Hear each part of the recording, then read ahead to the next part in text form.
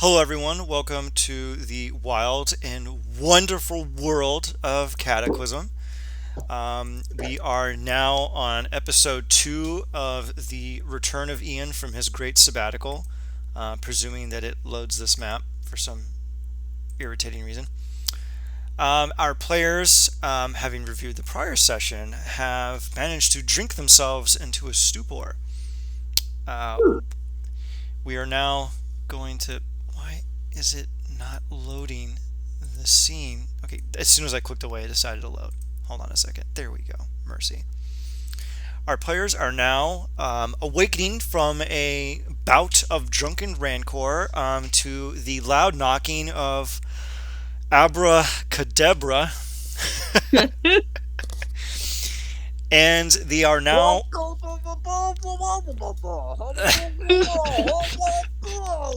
Sweet Jesus Christ. All right. Oh, man. God, Andre, sometimes you have to miss. You know that, right? Like, other people need to be able to take a shot, man. It's just not Yeah, nice. man. Okay, so after Meatball on Helium stops, we are That's going to have our players describe how they get ready for their councilary meeting. I imagine let's actually start from the bottom for once. Belfin, how are you going to make yourself ready? You have awoken. I imagine, I don't know, you went to sleep or you did something over the course of the evening. actually, I did not go to sleep. All right, what did you do? I worked on my new cannon, and I began doing the testing for it over the course of this morning. In fact, anybody next to Belfan's room is for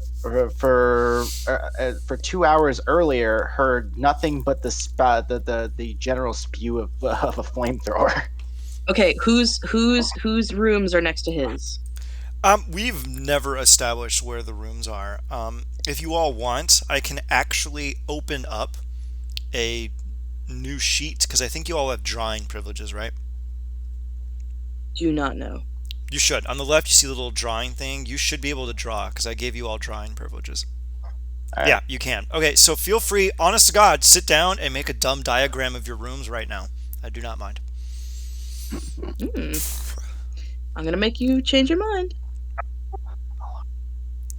Okay, just for the sake of simplicity, I will make the initial square. All right, here we go. These are all the rooms. Now go ahead and put in where your room is within this rectangle, and then we can go from there. All right. Let's see. I love seeing everyone's name just zipping around like a bunch of like little flies on amphetamines.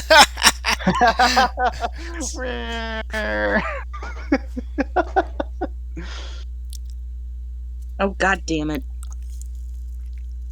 Yeah.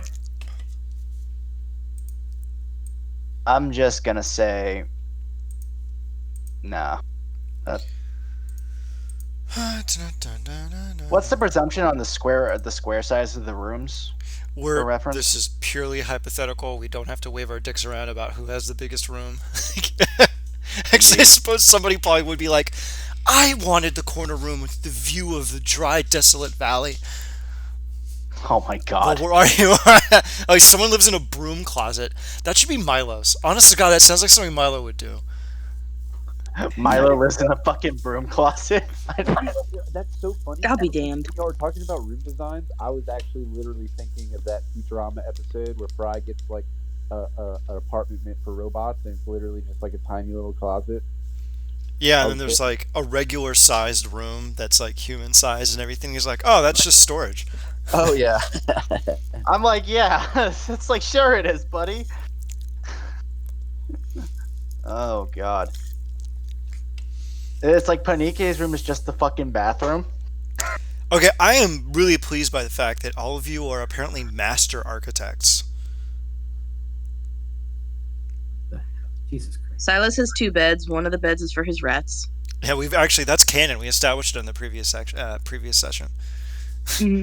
Oh, that's been established.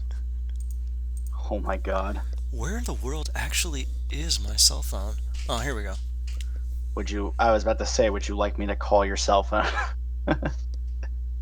So the bathtub that she previously slept in has been replaced with a bed, and she is busy. She has been busy all morning for the past She's been busy all morning, fireproofing her room. Oh, actually, we're actually going to do your individual role play things after the cancellary session. That's actually how I had it set up. Okay. Oh, this isn't a roleplay thing. She just fireproofed her room. Yeah, no, but you wanted to do some other redesign things, and I thought it'd be nice if you just talked to everyone about it afterwards. Cool. Okay. I mean, to All be right, fair, so like the one. whose is whomstuffs? Because Mine's there's the red one. okay.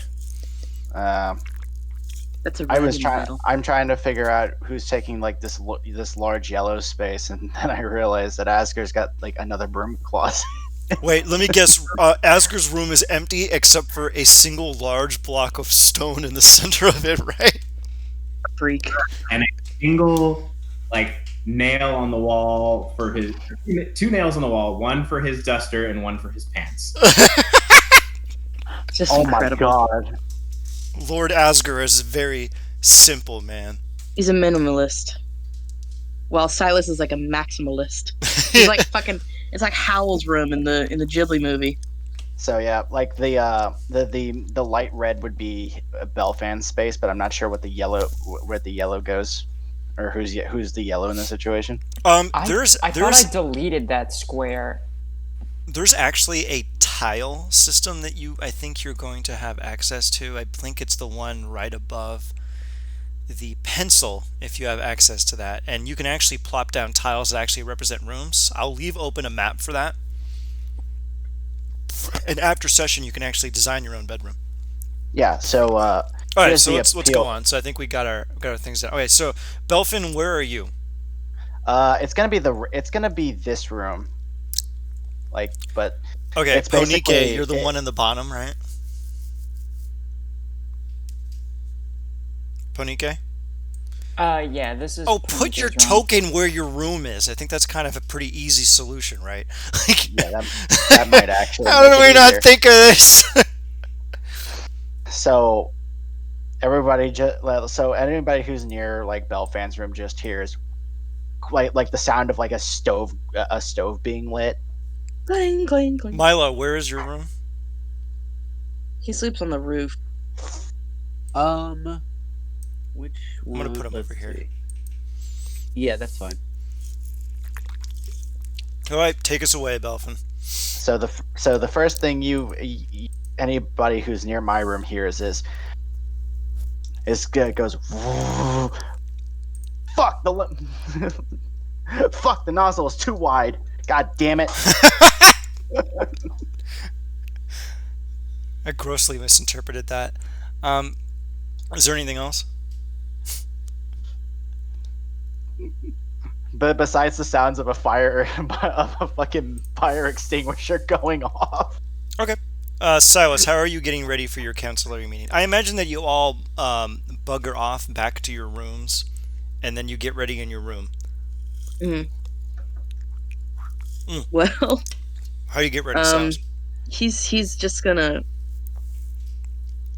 stay in bed until right when he's like, oh fuck, right, that thing I have to do, and then he'll just get up and put his hat on. It's like that Ogloff, Although wait, comic where the crow wakes up, gathers a bunch of leaves, and runs to court. yes. All right. Although I'm a fool. This is a council meeting. No, he'd get up and put his weird black and white clown suit on. His Pagliacci uniform on, His which is Pagliacci pants. formal clown wear. All right, Ponike. She is That's the gonna best. order. She's gonna have one of the servants come over Yes, my lady. and remove the bathtub and replace it with like an actual bed. They I clap. assume the bed that used to be in this bedroom. You see them clap, and several hobgoblins come in and go heave, ho, as they move your bathtub out, and then replace it with a very nice bed with a phoenix motif headboard, and the covers are actually finely knit feathers. Cool. She is then gonna like take off her normal, her normal dress, which is just like kind of like an off yellow, kind of somewhere between like a light orange, and put on like her nice black and red like counselary dress. All right. I like it. All right, and Milo, how do you get? I'm so scared to ask this question. Milo, how do you get ready for the council meeting? Milo is just gonna do a pretty standard. He's just gonna kind of gonna meditate a little bit and then just get dressed. And so he's wearing like a very kind of like all black gothic kind of like a suit with like a, what do you call it, like a petticoat, or it's got like a tail. Yes. Petticoat. No, that's not a petticoat. What are those called? I forgot what they're called. It's like a double-breasted thing with the tail. It's a very he's looking snazzy. Coattail. Yeah. He's wearing a cravat. Ooh. Yeah, and it's like all black with like gray accents and like red buttons. Disturbingly Croatian. All right, I'm in. Oh shit. May I say? Silas takes a knife and pokes a hole in his costume so that he's got a hole for his tails. That is true. Hell yeah. All right, Asger, how do you get ready? I don't know what in the world you're going to be doing in that room with 3 things, but how do you get ready? 3 things that y'all motherfuckers can see. So, after gets off of his stone slab, It sounds like the intro to a Flintstones episode.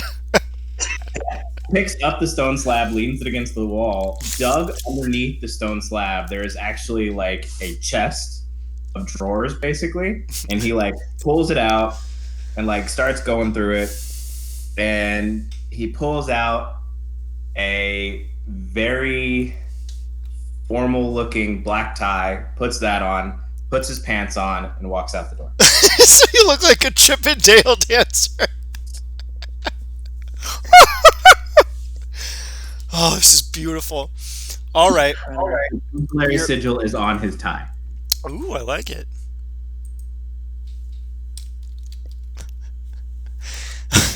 God, I'm always so afraid to ask you people what you're going to be doing. Okay, now we're going to go to the council hall meeting. Your icons are already on here. Everyone can see everything, right? Yes. All right, perfect. Yeah. I'm glad I learned how to do. I know it's a very nice little map, isn't it? It is. Who's this Very platypus fancy. motherfucker? What platypus? Is that not a... Very- Oh, let me zoom in. That's a that dwarf! That is an old man with a beard. You ridiculous prejudice, but okay. Anyway, It super looks like that though. it kind of does, yeah. He looks like a platypus. All right. All right, so, Hey. You- we're just you so I'm just gonna enter- call him Master Platypus you- now. You enter the council hall, and the meeting is about to Harry, the begin. council member. Representatives from the 3 gnomish cities, the 3 goblinoid clans, and emissaries from the gatekeepers, House Kundarak, and the Silver Flame are here, as well as a representative from the Silver Hand Mercenary Company. Ooh. There is one small secret piece of information that I have to convey to someone. Oh, also, for this session, I will be sending information via the in-game chat, so make sure to look. So if you are the person who got it, make a note of it. I'm gonna kill everyone. Don't repeat this aloud. Oh, sorry. Oh, and you actually get to experience the fact that Boyland Manistan actually has an icon now. He is the one between the 2 gnomes in the upper left. Boy. That is how Those Boyland is why. Manistan Oh wait, looks. those are Svirfneblins. Never mind. Yeah, I couldn't find gnomes, and I'm like, I'm not going to download an entire module. Right. Oh god, I forgot how. Oh good! About time you showed up, you bunch of wayward drunks! I heard about the stuff you were doing down there in the desolate quarters. Silas What? makes a jerk off motion at him. I need you to make a wisdom saving throw, Silas. Right. No, you know what? I'm happy about it. I miss Boyland. Asger belches loud. You can do the belching noise, you know. Saving throw. Can actually make Oh boy. without burping, like swallowing air, and that's uncomfortable. Okay, I can do that too. I did it earlier. I Silas, heard. as you make this comment towards Boyland, you see him mutter some things under your breath, and you feel compelled to put your hands in your pockets and behave like a good boy. Mm. Now that's more like it. Also, I know what you could do with your hands in your pockets. I'll know if you do it. Don't do it. This is a He's polite smiling meeting. so big. All right. Nikkei just glares and just kind of mutters under her breath At him or at me? at him. All right. Oh, okay. I suppose, since it's been a week since a lot of you have been back in the prime material plane, do you want to open the floor with anything you wish the council to seek? Do you have any concerns, any queries, any qualms? That is not how you say that word. In quarry, Ponike will go, do they know that we're aligning the planes, or is that just between the 5 of us? Silas will think, They don't. maybe don't say anything about it for now, huh? Is anyone Okay, telepathic here? That Oh. sounds like a plan. One person is. That was very unfortunate. Well, even if they're telepathic, they can't They understand. can't speak Oh, Quarry. they don't speak quarry, that's true. I forget it. Go ahead. So they Unless just there's hear a air Kalash traffic, here. but they don't know what kind of car is driving. Beep, beep, beep. All right. Is there anything that you all would like to bring to the attention of the Great Council? Well, hold on. Maybe Asger's they're actually- Warforged. Although, Asger's wait. going to tell everybody that don't assume that he doesn't know what we're doing. He's very intelligent, and if we underestimate him, it will be bad for us in the long run. Well, I got nothing to say. He says that out loud.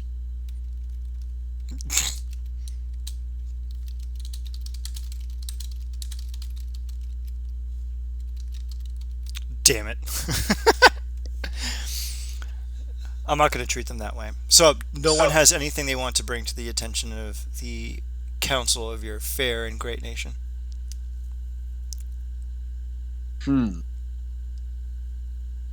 Going once. I'll look over Nothing at offhand. Asger. Let's I'll look over at Asger, and then just kind of go. Do you want to tell them, or do you want to? It's your homeland. You want to tell them? You want to tell them? No. The king of Breland was attacked. They know that. Oh, they do. We are very well aware that the king of Breland has been attacked. Well, then I have nothing to say. Actually, shit. In Quarry, I'm trying to remember what the fuck we. My brain. Where are my notes? Fuck. Cooking whilst trying to find notes. Not great. Ian, just tell me what the fuck you told me last session about the who's coming back. Oh yeah, she's coming back in 12 days. No, not the fucking Dalkir. Oh, that they are making inroads and they're attempting to destroy the seals the gatekeepers are guarding, and a gatekeeper druid is going to show up to this meeting. Are they here already? Yeah, they are. Okay. Well then, no, I don't need to say anything because if the gatekeeper's here, then they know. Yeah, they're going to say, yeah. All right, so going once, going twice. Anyone have anything they want to bring up to the meeting, or do we want to keep going? I do not know what to say. Is there anything we can bring up? Anything. Maybe revisit that question towards the end of the meeting. I might Okay. have something. I'll move it up to the front. All right, then. I- Since a lot I mean, of you... Go ahead. I was about to say, I mean, to be fair, they wanted to meet with us, so I want to hear what they have to say. Oh, at your councilary meeting, you do it every other week. Yeah, but it seemed like that they wanted to meet with us urgently. So All right. I since a lot of you are strangely silent, Rakshasa got your tongue, I think we can just move on to the first representative from Trollenport. Trinoa Dallenport, you may take the floor. A dark-skinned gnomish woman steps forward. Her name is... My name is Isona. Is Trinoa Dallenport. I was reading the wrong line. I have one thing to bring to your attention, and it is critical to to our manufacturing. Stormreach has fallen silent in Cendric. There's a storm circling around the area, and we cannot teleport in or get a read from sending stones. It's complete communication blackout. We need to send in a crew to investigate, but we can't just give this off to any haphazardous ne'er-do-wells. We need the best ne'er-do-wells. As she glances at the five of you. And then so Belfan immediately like looks up while taking his reading glasses off. It's like, do you have any suspicions on who on why this is occurring at the present moment? Everyone make a history check.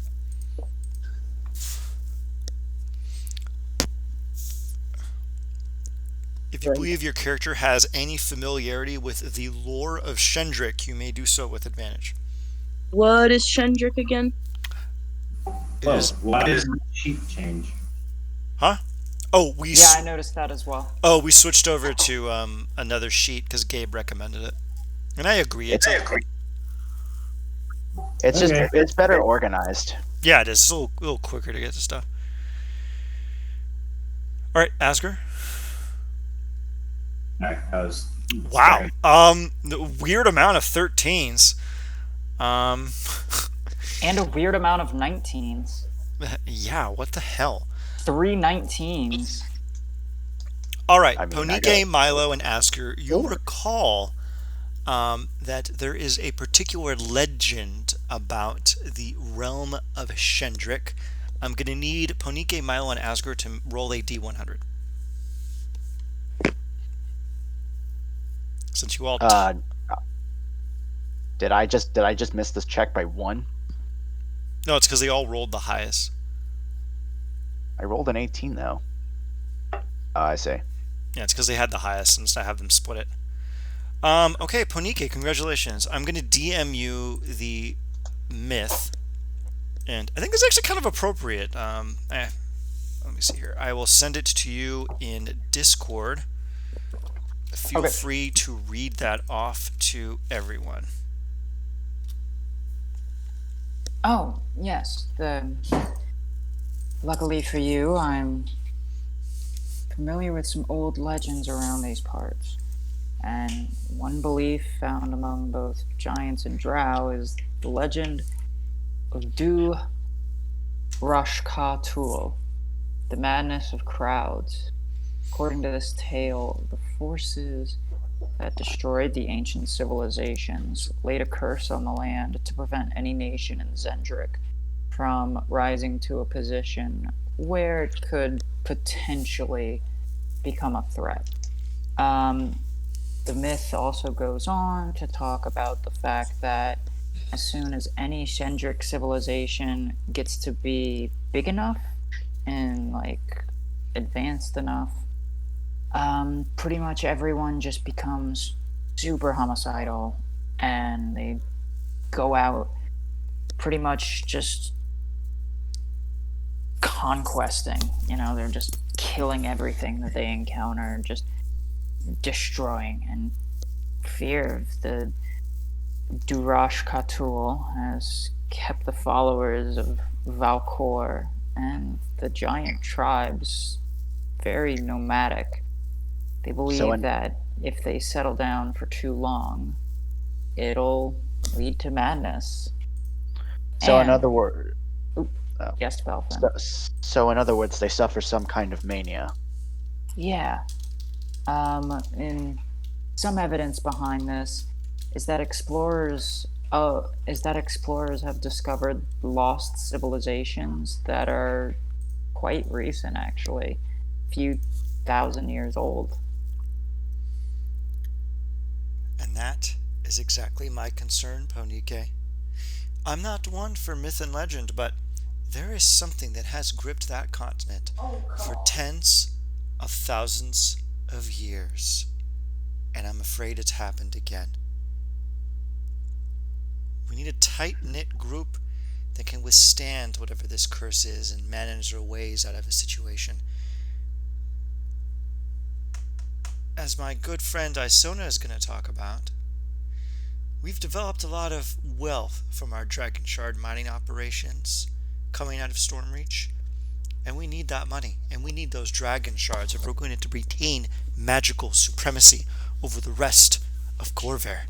This is not just a matter of some curse perhaps ruining the lives of some petty colonists. This is a matter of national security. I look. I look over to Asker and say in Quarry, "Oh, it's only a matter of national security when it concerns wealth." I'm inclined to think the same, but at the same time, why do matters of national security actually matter, considering we're going to destroy the whole world? And I point. Well, I could. Dragon shards could prove useful. Maybe we can leverage a deal. I turn. Are we in need? I'm kind of just wondering to myself if there's a need for more dragon shards in any of our equipment. It will help you, particularly in this time where King Bornell and the rest of the nations are chomping at each other's bits. Allowing yourself to not have access to the main source of rendering magic in Corvair, which is actually Dragon Shard magical technology, is a massive blow to your ability to defend yourselves. Now, mind you, the world is ending, but if you cannot defend yourselves in what time is left, it's going to be painful. We should avoid that pain.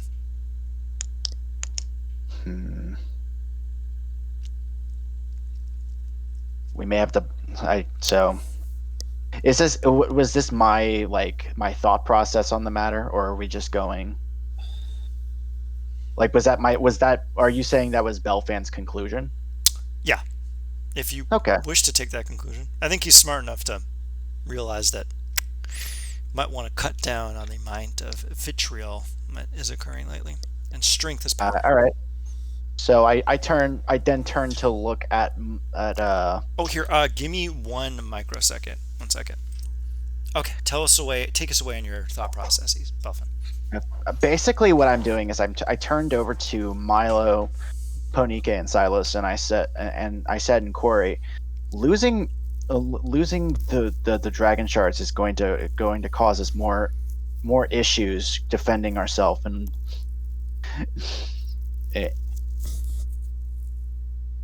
in the future that loss may cost us. So what do you suggest we do? I suggest we we do assist them, but leverage a better deal.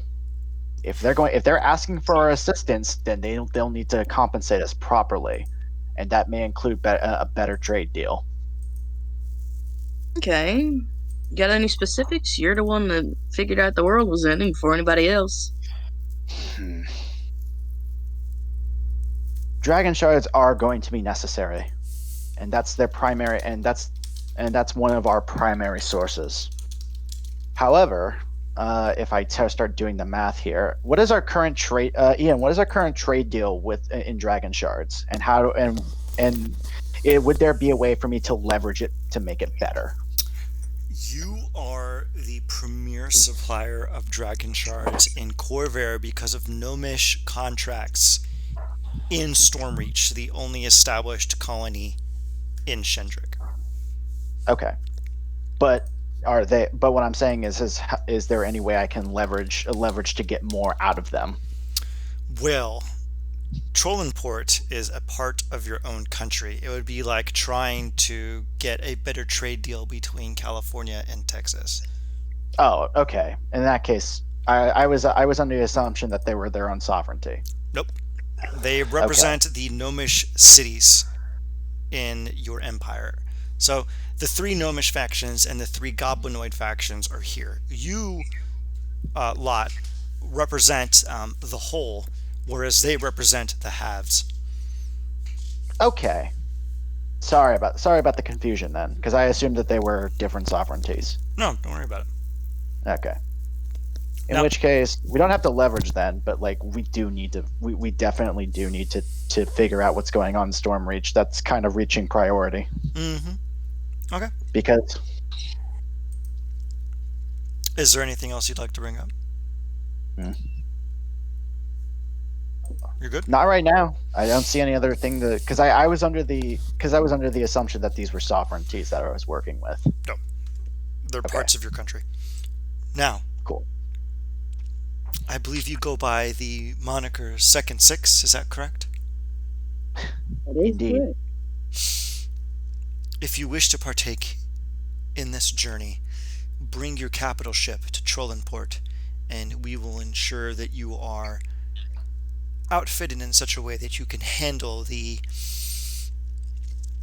strange weather that seems to be plaguing an entry into Shendrik. You may find me at the main shipwright works. Simply ask for me by name, and they will know. She then stands back and sits down. Now, Boyland comes forward. All right, I'm going to keep this curt.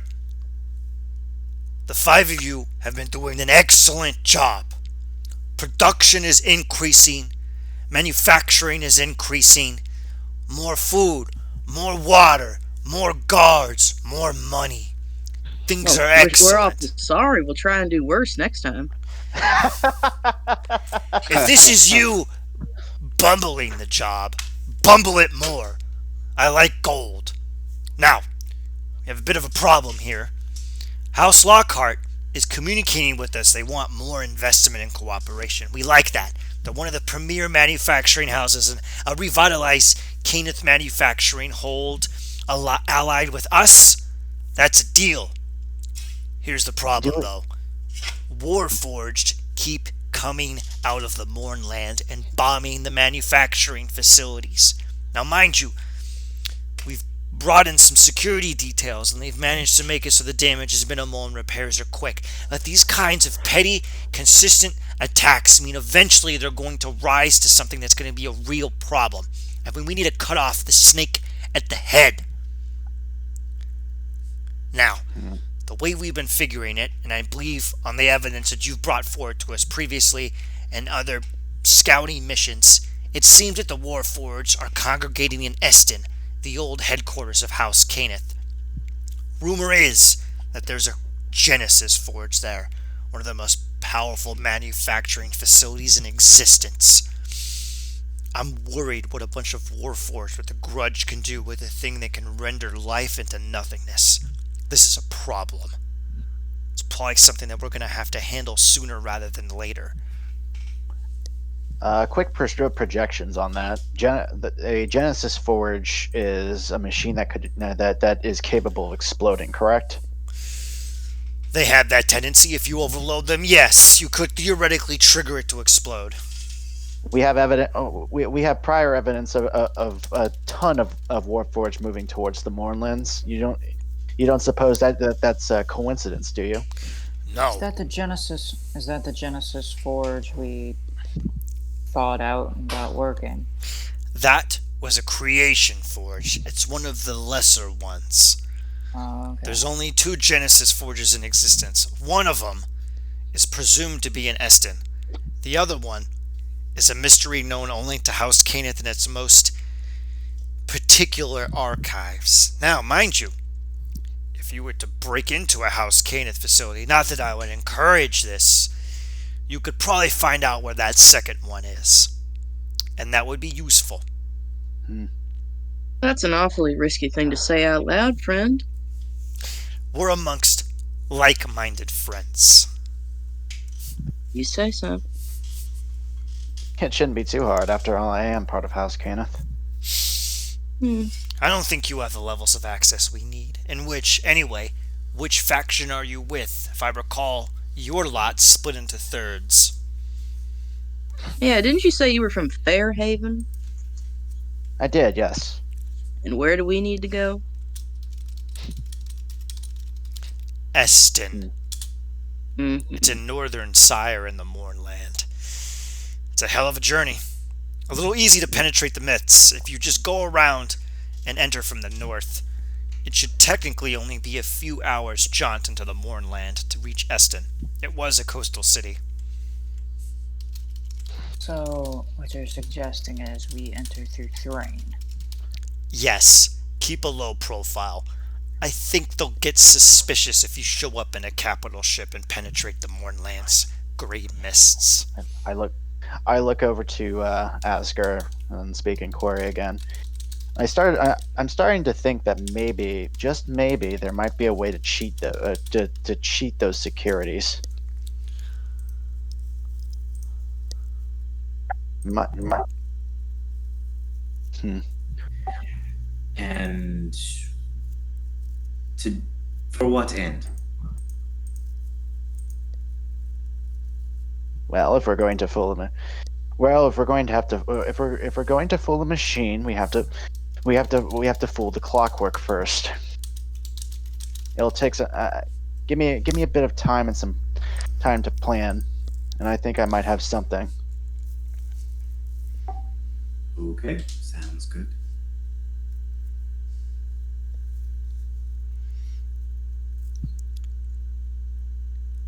So, what do you think?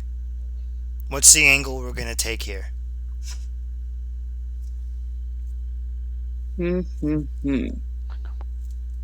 What are we thinking, friends?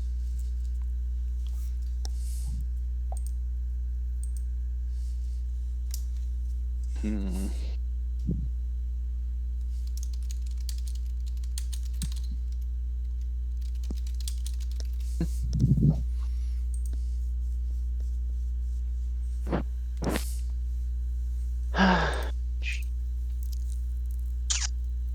Anyone? Oh, for fuck's Anyone? sake. I don't know. Why don't we end this stupid Warforged and then figure out the Forge shit? Yeah, Yeah, it sounds good to me. Have we? I'm going to ask the council.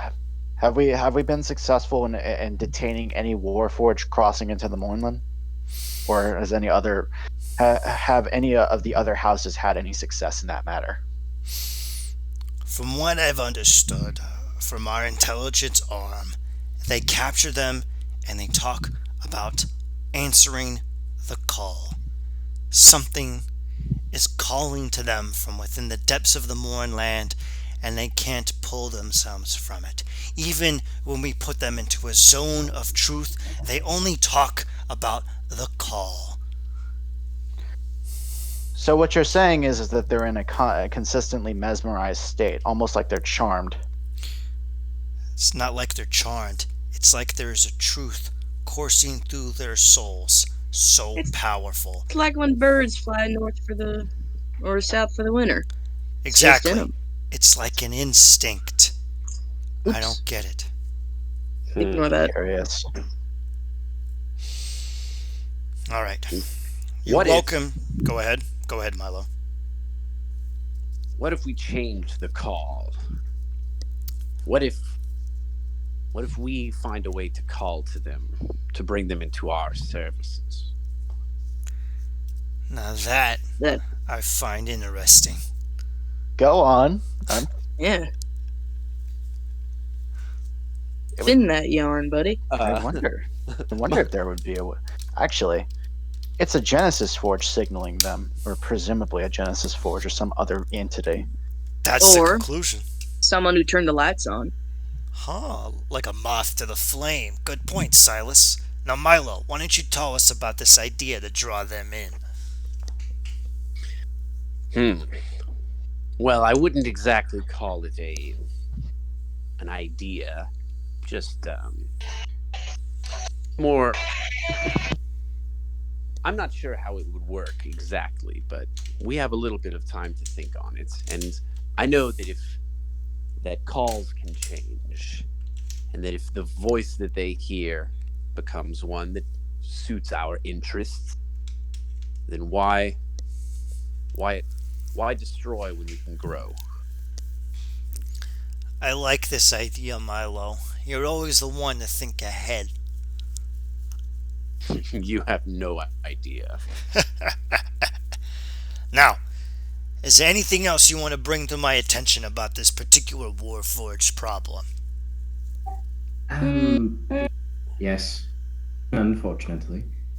I like your idea, Milo, but we do need to remember we rather pissed off the entire group of Warforged when our departed party member decided to murder their leader. Well, Yes, he's indeed. not with us anymore, is he? For No, good reason. Partially. and remember our face. Remember, there were 4 of them or 5, and the rest of them all escaped. They will remember us. Wait, out of Although- character. Why us if Gyarados was the one that did it? When They was were all this? there. That was like way early when Gyarados was on his like, let's take over every fucking city kick. Yeah. And we ended up killing their leader, and 3 or 4 or 5 of them escaped, and we were all fighting, so they would all recognize us. Oh, they wouldn't. Can't remember that, but I'm gonna take your word for it. Well, they wouldn't Although- recognize me. That's true. And I could whip something together. I still have that costume of the gods thing. I've never used it. Regardless of their allegiances, they were called or signaled to this thing. If we were to create some kind of faux signal, maybe we can Yeah. fool them into coming somewhere else, going somewhere else. Redirected. I like that, but in order to get that going, we need to figure out just what the hell's calling him. Exactly. You It's can't true. fudge the rules unless you know what the rules are. And whatever it is, Exactly. it's in Eston. Very well. He pours himself a scotch. Actually, a series of bottles appear in front of you of your preferred alcohol, and a drink begins to pour. All right, that's a good idea. Take a drink and think on it. I'm going to take my leave. And Boyland Manistan steps back. And next comes the leader of Zolenberg, Isona Weaver. Hello and salutations. My name is Isona Weaver. Hi. Now, I have a spot of good news. Despite the shortage of Dragon Shard mining, our coffers are quite full. We have 14.7 million gold in surplus, and that's after accounting for expenses. We're getting very wealthy very fast. I think we could probably afford a little bit of expansion here. I think the Lockharts might use greater manufacturing facilities, perhaps a better security contingency. Hell, we could afford to fund almost anything we wanted. If you're out there in your travels and you see something that needs gold to work, bring it to my attention over at Zolenberg. I'm just a sending stone away. It's very interesting. Thank you. Inquiry. Wait, let me go to the thing so that I know what the hell I'm saying. Oh man. Excuse me. In Corey, Silas is going to kind of snap his fingers mentally and go, heard that? I think we should use her for the bridge. The bridge? Yes, I will tell you all about it as soon as this wonderful talking Discord about- searching option. Are you What? talking about the destroyed bridge between... Yeah, the Thalios destroyed and rail system. What are the trains called? lightning rails. The lightning rail is yeah. broken between across Sire, so you could build it around Sire or under No, Sire. no, not there. Are you Into t- Thalios. Oh, the broken Thalios bridge that brought together Onder and And Karnath. Thrain. I think it was Thrain Karnath.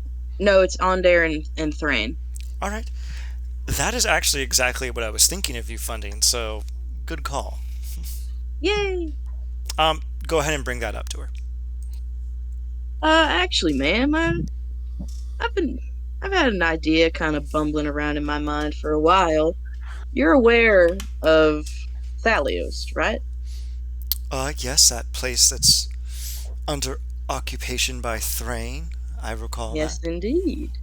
The one full of disenfranchised Ondarians?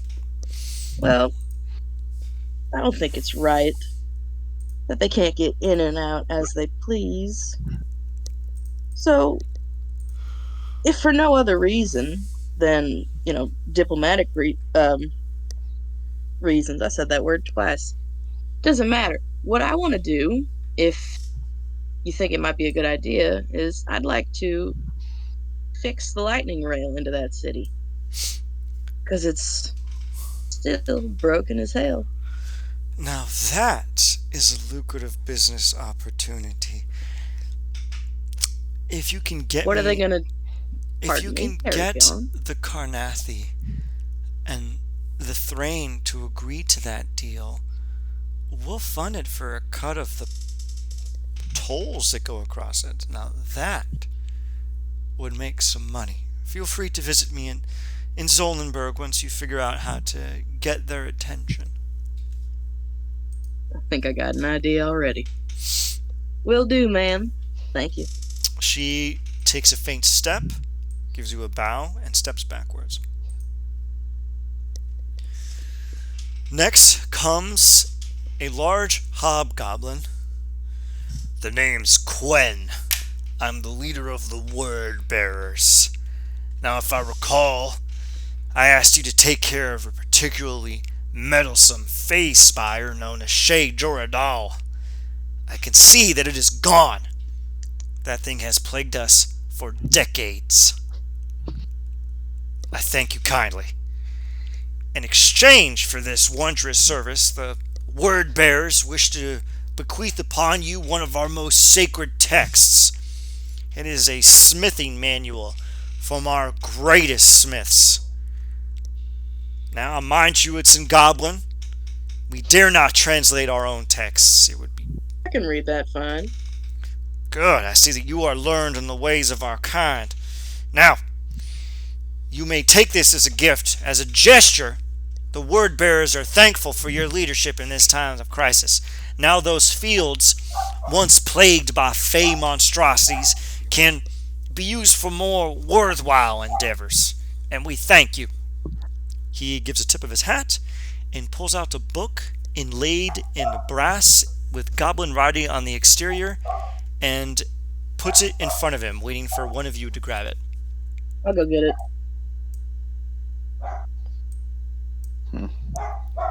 He hands you the book. The cover says, in Goblin, Smithing Techniques of the Old Ways. He gives you a faint bow, tips his hat, and steps back into line.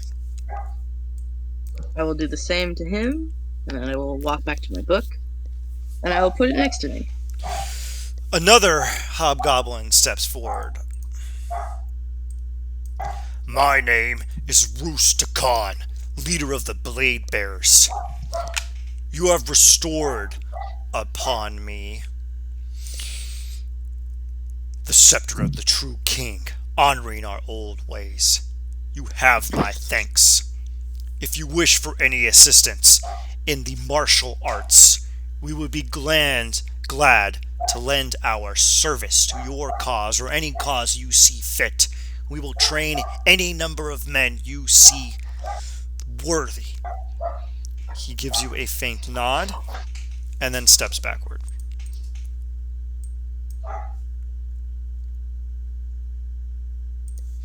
Here, one moment.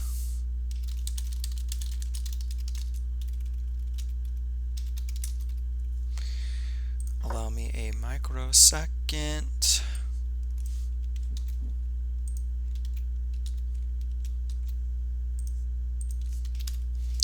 Right. I'm going to read off the rest of them, and then we're going to take a brief 5-minute break. Okay. And the last of the goblins steps forward. My name is Varn. I am the leader of the Razor Crowns. I've noticed something a bit disturbing. Enchantant magic has gotten stronger. I believe you recall in our previous meeting I brought to your attention that people were disappearing near the seven caves. We've gotten greater reports of people disappearing into the seven caves with stars in their eyes, resisting any attempt to stop them. This is a problem. Even the most basic enchantment magic I have noticed has become more powerful since Thelanis has seemingly come closer to Eberron. It shouldn't have done this for another 13 years. This is very, very strange. I recommend we dispatch units out to the seven caves immediately to figure out what the source of this adulteration is so that it can be stamped out before it becomes an even greater concern. Yes, so weird. 13 years, yeah, so weird. All right, let's take a quick fiver. We will be back at 7:10. Welcome back, everyone, to the wild and wonderful world of Cataclysm. Now that the Word Bearers, Blade Bearers, Razor Crowns, Kornberg, Trollenport, and Zolenberg representatives have broadcast their intentions, it is now time for the ambassadorial delegations to present their cases. The one outlier is a man, a half-orc, dressed in half-plate, who steps forward. Greetings, my name is Maximilian Dusseldorf. I am a lieutenant of the Silver Hand. I was told to come here to respond to the orders of a certain Asger, who I believe I have already apprehended. A pleasure to meet you, sir. We are here, ready, able, and willing to serve to defend this great nation. That nice. What was that? Pleasure to meet you. Can you hear me now? Yeah, I can hear you. I said, perfect. It's a pleasure to meet you. We'll have to test your worth in a little bit. We will be glad to. They all step back. A dwarf steps forward. Hello, my name is not of any concern. I am a diplomat from House Kundarak. Lord Borican wishes to extend a cordial invitation to Karanda Gate in order to hear an offer he has to present to you, Second Six. He gives a faint bow and steps back. Lastly, an orc, having patiently waited their turn, steps forward. You can see them clench their fists slightly, grit their teeth, and go, I come from the gatekeepers. Now, in the past, we have had our tribulations, as he glances at Milo. But I have been told by the old masters to let bygones be bygones. I come to you with a pressing concern. The seals that we use to prevent Zoriat from coming closer to Eberron are eroding, and we fear the Dalkir upon this plain will seek to mount an outright attack and destroy those seals and allow themselves to invade Corvair once more. That cannot be allowed to happen. We need to bring the fight to them, hunt them down, plane by plane.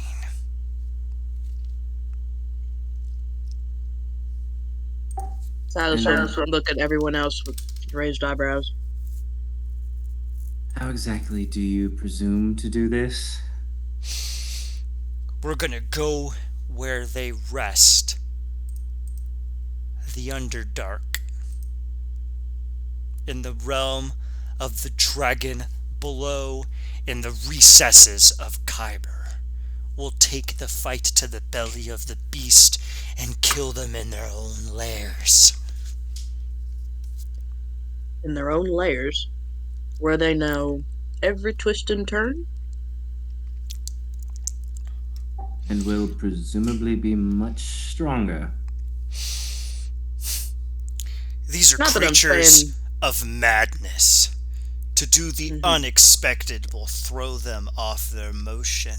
They like to think they understand rationality. They like to think that they understand the coursing and the racing of the mortals that dwell above. But if we do a thing as unexpected as they are, it'll throw them off. They expect us, lure them out into the open and to strike them where they are weakest. We should hit them where they least expect it, their home turf. Where they are strongest. Heh. Now, please understand, I'm not trying to suggest that we should leave them alone. I don't believe that one bit, but it just feels kind of risky to me. If I'm a grasshopper and I want to get rid of an ant hill, I wouldn't jump into the hill and fight the queen. I think I'd find something much bigger and kick the hill over. You see the orc reach into their pocket and they hold out a purple stone. That's Let mighty me pretty. allow me to show you that we can win. And he throws the stone on the ground, and out emerges a mind flayer. Oh, jeez, The creature yikes! begins to yell in dark speech, and you see the orc walk up to the creature swiftly as it takes a purple blade from its side and jams it into the skull of the mind flayer, who withers away into a pile of violet and lavender viscera as it lets out a and withers away into nothing. They Oh, have weaknesses that we can exploit. well now, I think you and us need to have a little get together so we can go into details about that. All right? Please don't ever do that again on the Counselor 4. I only do that which I am confident in. And of course, we can arrange a meeting.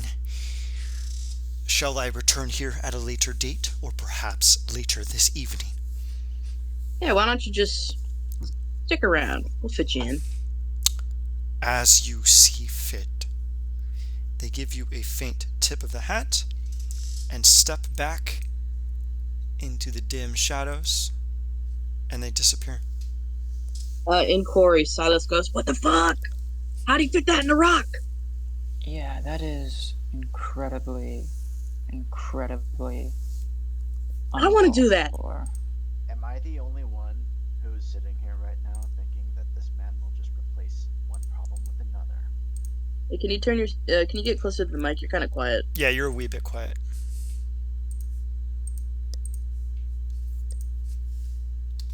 Say that again, Belfin.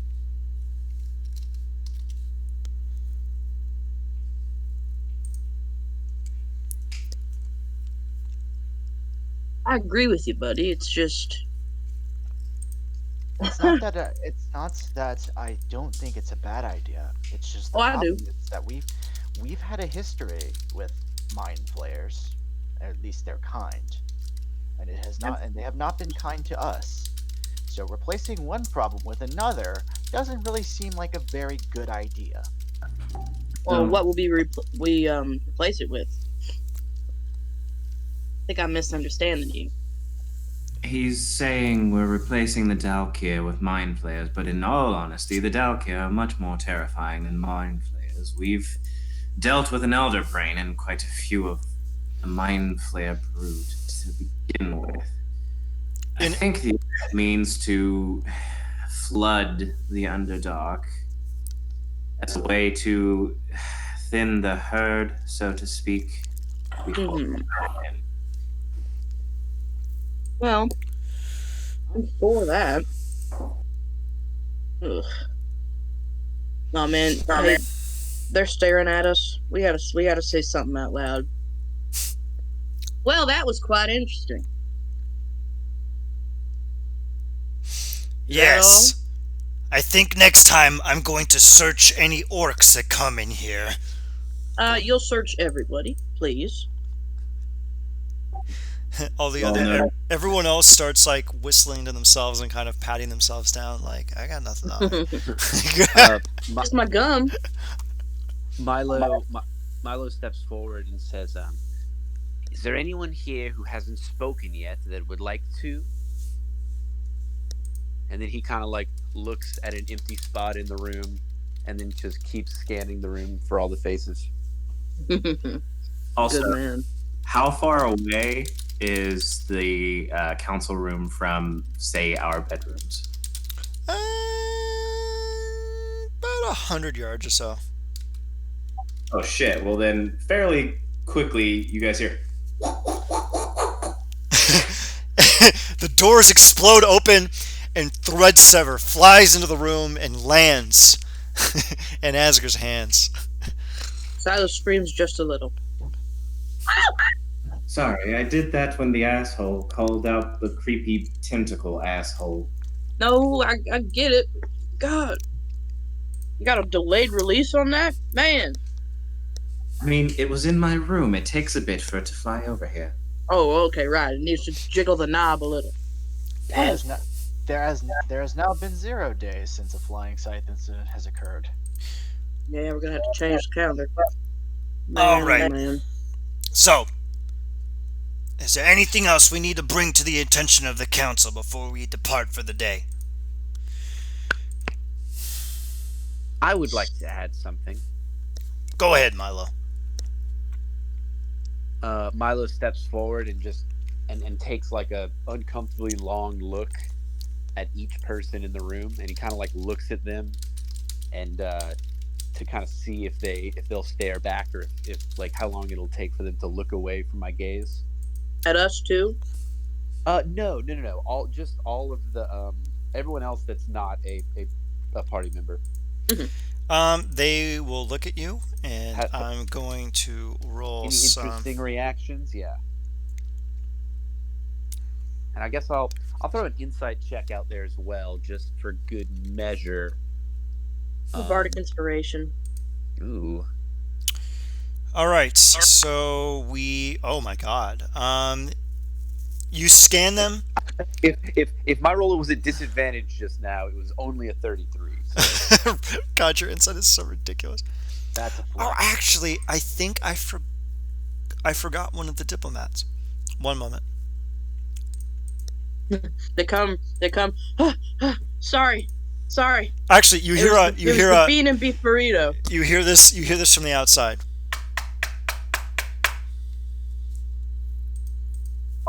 The door is smashed because of Threadsever, so. Actually, when the door shattered itself, it reformed itself back into a. Love when doors do that. Ooh. We have the best wooden doors. Believe me, the best. Are you going to bid them entry into the councilary chamber? What? There was a knock? Yeah. Okay. Oh well. The little business I was doing though. I was just gonna look at everybody, and then say, "Well done. You have served us well." They give you all a very firm, polite, and meaningful nod of reciprocation. Milo smiles, and then what's up with the rapping and tapping on our council chamber door? Nevermore. Plus the Milo. Do you bid them entry? Who is it? It is I, the representative of the Silver Flame. You are late. Enter. The door opens, and within view comes an angel clad in their white armor, a faint glow about them. As they scan the room with a smile, they give everyone a beaming shimmer of radiance, except for Milo, who they frown. And I've been brought here to ask if you are going to assist in the matter in Thaliost. The Keeper of the Flame sent me personally to check.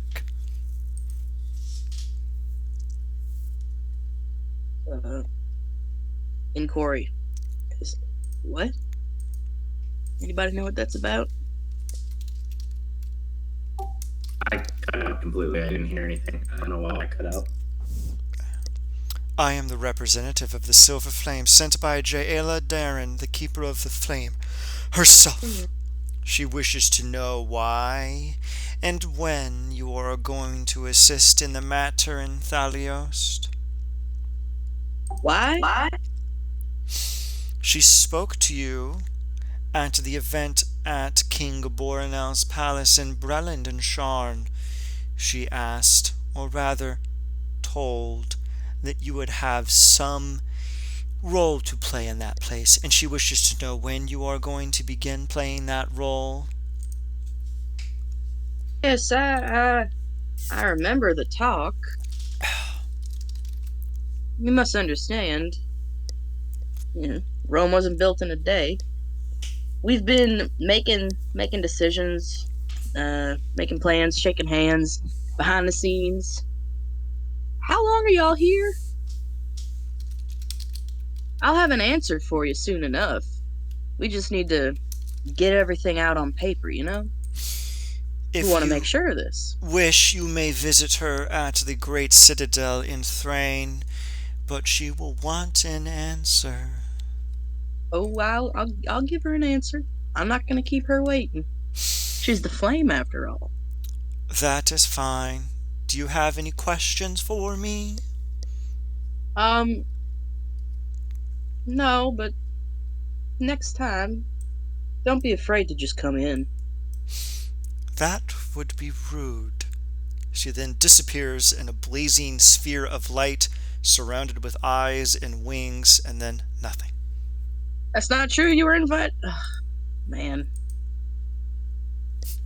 Well, apart from that, anything else? Anyone?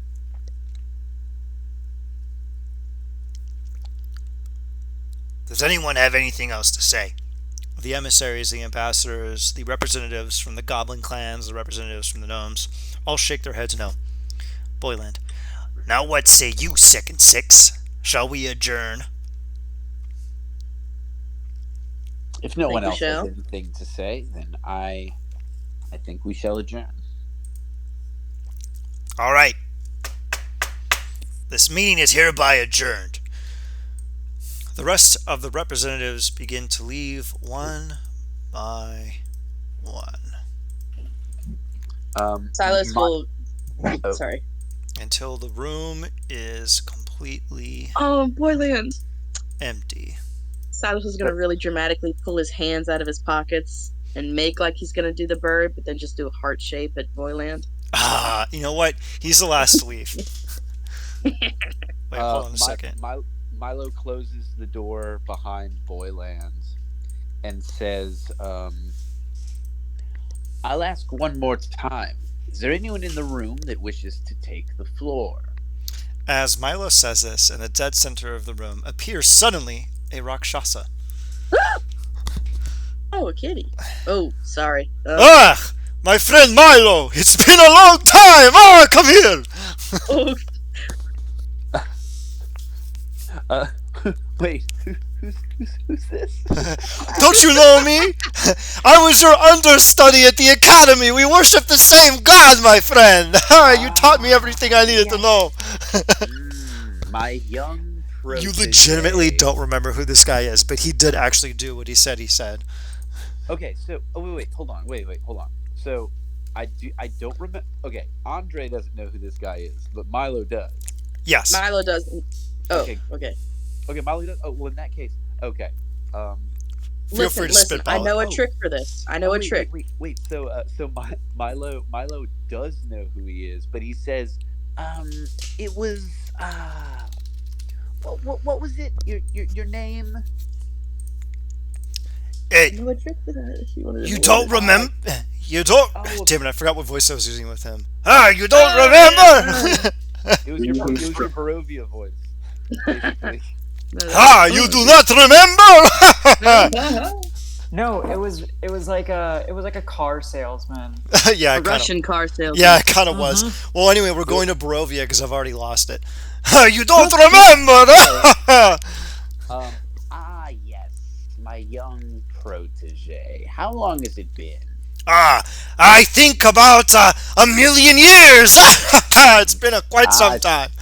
It feels like just a century, doesn't it? Time flies when you don't age or die, old buddy. In Quarry, Milo says to the rest of the party, "This guy's always gotten on my fucking nerves." Well, he seems like a nice kitty. All right, friend. Well, he's a nice kitty. well, anyway, I'm here on some very grave business. I got some bad news for you. With all those overlords dying, Ashtakala is a massive mess. And in case you don't know, Ashtakala is the capital of the Demon Wastes, where you and the Lord of Dust Council would meet with your other Rakshasa jackasses to attempt to destroy the world. Great. Now, In shambles, you say? oh yes, as you could probably imagine, all these I'm so sorry I can't fix this guy's accent. You know, actually, this is what he does, and that's what irritates you. Yeah, is it looks yeah, like he's always trying to hide who he is. He can't even know who he is anymore. he doesn't know who he is anymore, so he's constantly drifting in and out of accents because he's constantly pulling scams. All right, Was it Kentucky? Was it Kentucky?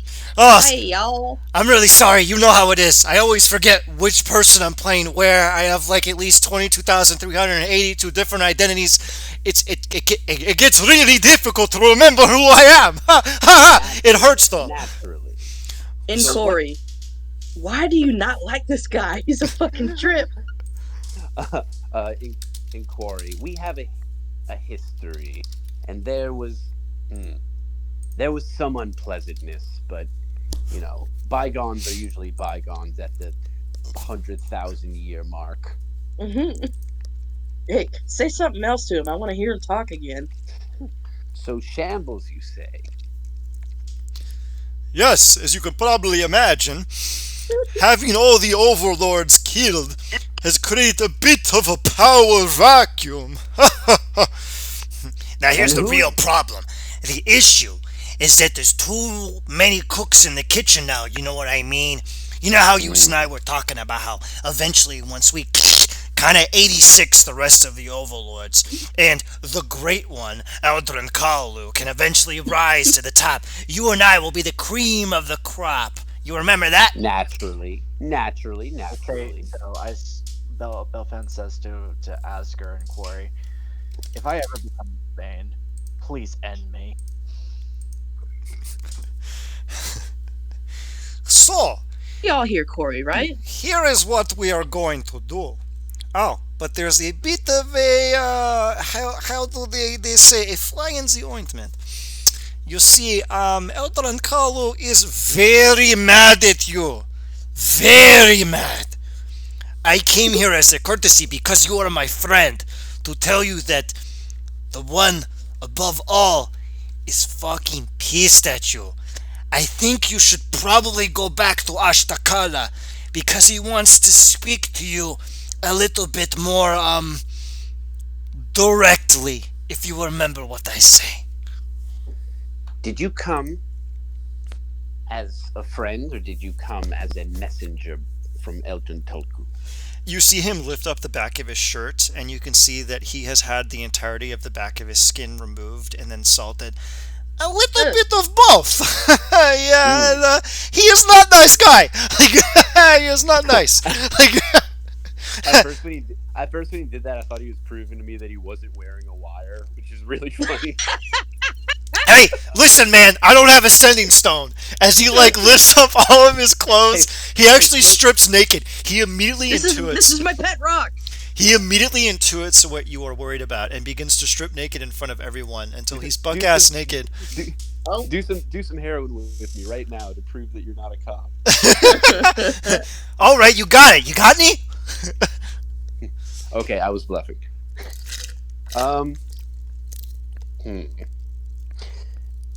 Why doesn't he just speak to me? I think you remember how it works. You go into the Great Chamber, and he can kind of bombard you with slightly more of his presence than he otherwise can. It's how he managed to do this, as he points to like his skinned back, salted and bare. Well, I'll, And he I'll was ask. happy with me. So, uh, yeah, and you know what happens if you don't listen to him? You get attacked by the keepers, which we don't want. It's not fun. Hmm. Hmm. Do you know of any reason why my loyalty might be in question to Elgin Tulku? Now you listen here. I can't understand anything that man or creature or thing. I'm not even certain it has gender, and I've known it for 3.2 million years. I don't know what he wants out of us. I know he wants out. I don't know why. He just said he was angry at you and to go to the Great Precept so that you may understand each other better. And I swear upon the darkest recesses of Kyber's heart, I could see the quotation marks. Hmm. And what do you suppose will happen if I disobey our great master? He'll kill you. Hmm. Yes. And not Well, like go well, back to the that is not go down to the dragon below and then come back like a few centuries later. I mean like dead.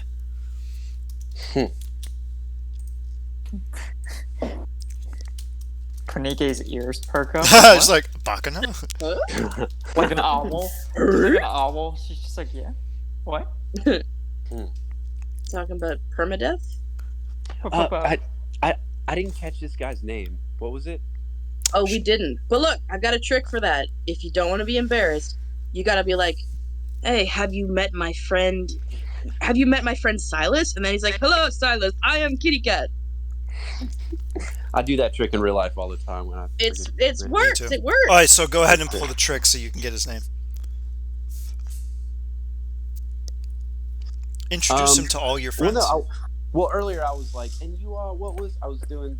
I was pretending like I didn't know his name so that he would say it. I guess he didn't say it. His name is Shah Jahan. Shah Jahan.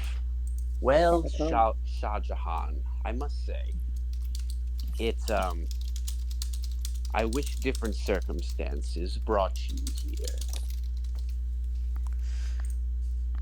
I wish that was the case too. You were always very good to me in Ashtakala.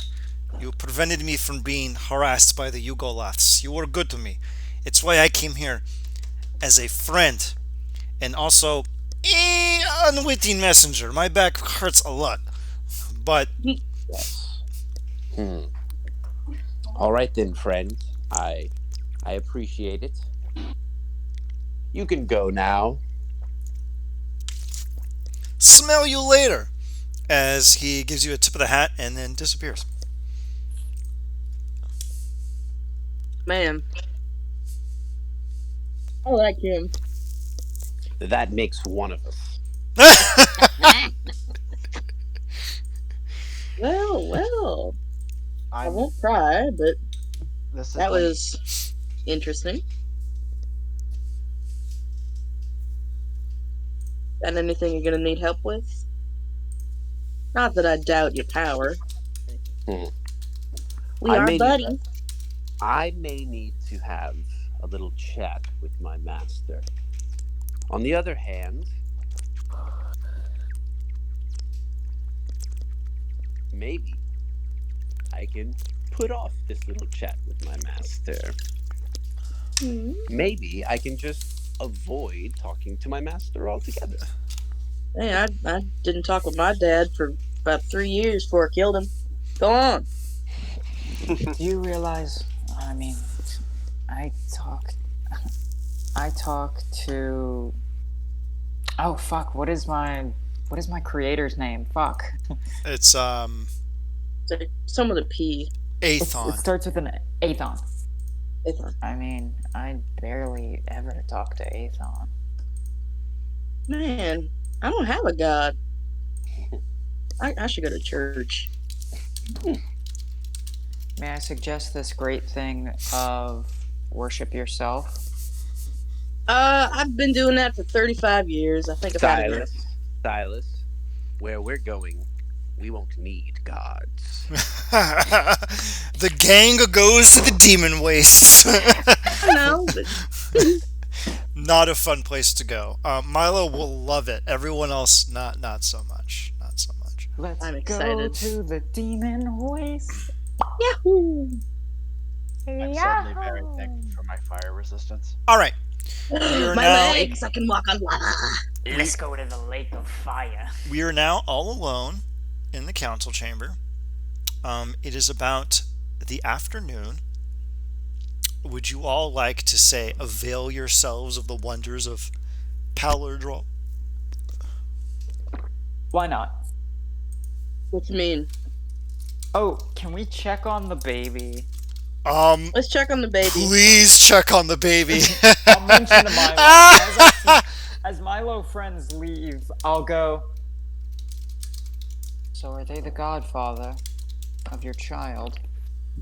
Oh God, we've got a big booger in the basement. Absolutely not.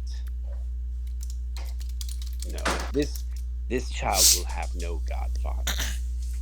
This child will have a devil daddy. I was. Oh, all right. Yeah, all right. It's growing on me.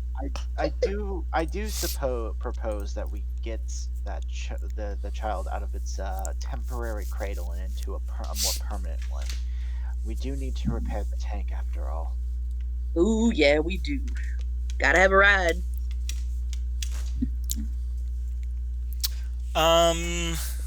So what are we gonna do? We're gonna start making our way towards the baby. Asger, young man. All right, so we're gonna make our way towards the baby. Milo, is there anything you wanted to tell your fellow compatriots?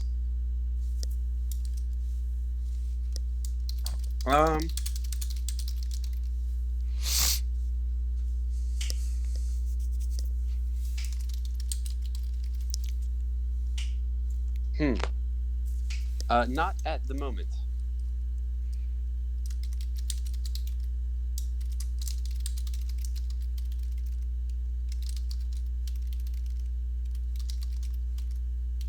Here, woman, I'm typing something up.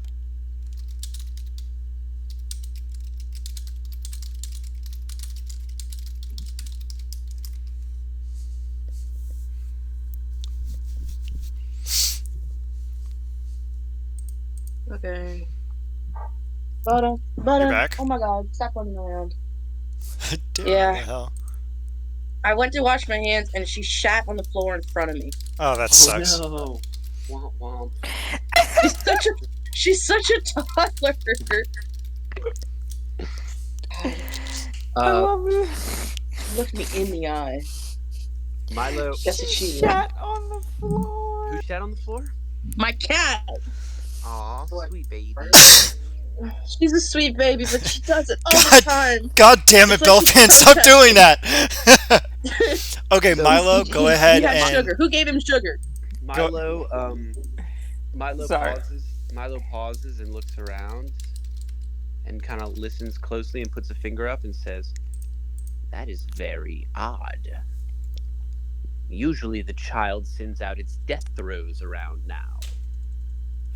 As soon as Milo says this, you all feel this horrifying energy, this entropic energy begin to course over your body. Give me a Constitution saving throw. All of us? Every single one. Everybody. Everybody. Oh no! Oh no! What? What? Holy shit! Oh my fucking god! You're all gonna die! We all have con say. Oh my god. Oh my god! What the fuck is this? Very important. Okay, hang on. What the? Let's slow down for a second. Yeah. You're one to talk. Okay. So, I'm gonna do this. seeing as the rest of this is disastrous, I'm going to chuck Silas the 6 from my Flash of Genius. So Silas, your 15 is now a 21, Mm-hmm. and I currently have a 21. Hopefully that passes. Okay, so that's one flash of genius down. Yep. Okay. Yeah, I'm gonna burn a fanatical focus. So You are allowed to. Now. Nike is just gonna take this L. there we go. Good on you. Okay. Wow. The barbarian rolling a nat one on a con save is just, and I never thought I'd see the day. This is a good day for Bitcoin. Nah. This is an excellent day for Bitcoin. All right. I'm gonna need everyone to roll initiative because we are actually going to enter into combat, and of course everyone already fucking did it. Okay. Wait. So, did you start the combat? Oh yeah. 1 minute. Let me begin. Just enter yourself into combat state. Okay. How do we do You that? do that. Oh, right click your token and see the sword and shield. Click it, and it'll turn you in a combat state. Then you go to the combat field, and then you roll your initiative there. So go ahead and click the little button, roll your initiative. I think I did the thing. I'm not sure though. It did it. It did it. I'm going to run the same technicality for this. Go last. All right, Milo, can you see the little d20 you have to roll in the combat?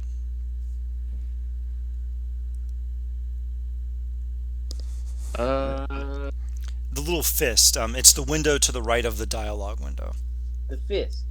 Fist. Mhm. Fist. Click the fist. Roll. There we fucking go.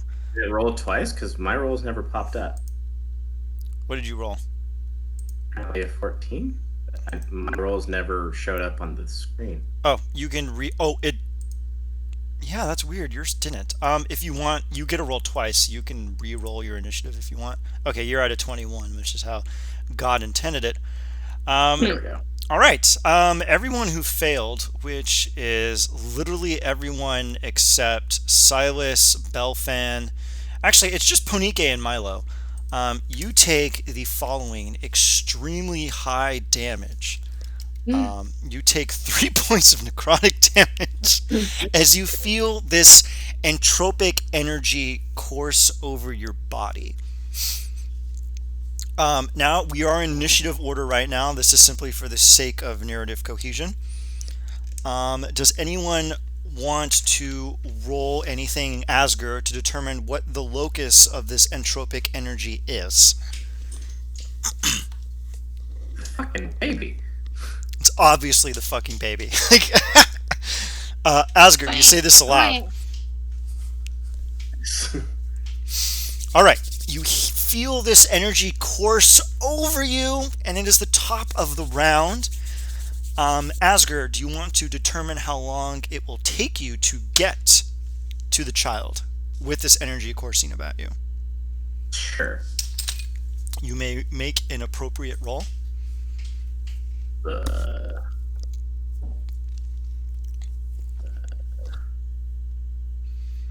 Perception, maybe? Or, yeah, probably perception. Can't think of a way to make it investigation, so we'll go with perception. Doesn't let you roll investigation. No. I was just more thinking in my head, like, it doesn't make sense to investigate how far would they have to know, kind of perceive how far the thing is, how far away we are, how long it took Dreadsever to get to me. You feel that it will take about 7 rounds to get to the child. Jesus, dashing? Yes. The necrotic and the entropic energy that is coursing through the area seems to be weakening you, making distances grander, robbing you of your vitality. Even if I were to fly on Dreadsever? We went out the dog door. That would still not help. You feel something robbing you of your abilities. Like somehow the weave and the things that allow you to propel yourself through it are weakened in this area. You deduce that normally something of this caliber would not stop you, but this child is godlike, and its powers manifest in strange ways.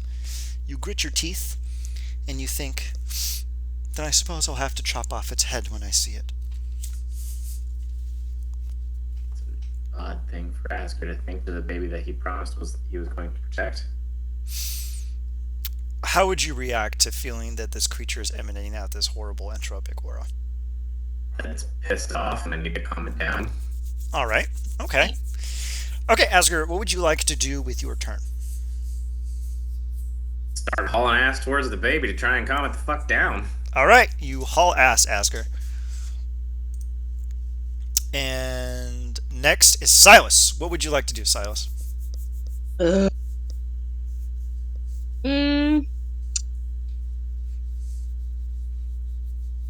Man. Gosh, I wish Tiny Hut wasn't 1 minute, because I'd like to see what that would have done. But that would have been some shit. Play a sorcerer. that next. would have been some shit. I will. Gosh. There's really not much you can do other than Yeah, there really isn't much I can do. cast a protection spell in order to buff yourself, or give yourself some speed or some other kind of buff, or give someone a bardic inspiration. Oh, yeah, I'll do that. Who do I like the best? Asger. That's Sophie's choice. Yeah, I'll give it to Asger. Bardic info, and then I'm gonna follow him. Okay. It is now Ponike's turn. What would you like to do, Ponike? Panuka. If I were to cast Cure Wounds on myself, would that reduce the effects of the would that reduce the effects of the entropic? Give me an Arcana check.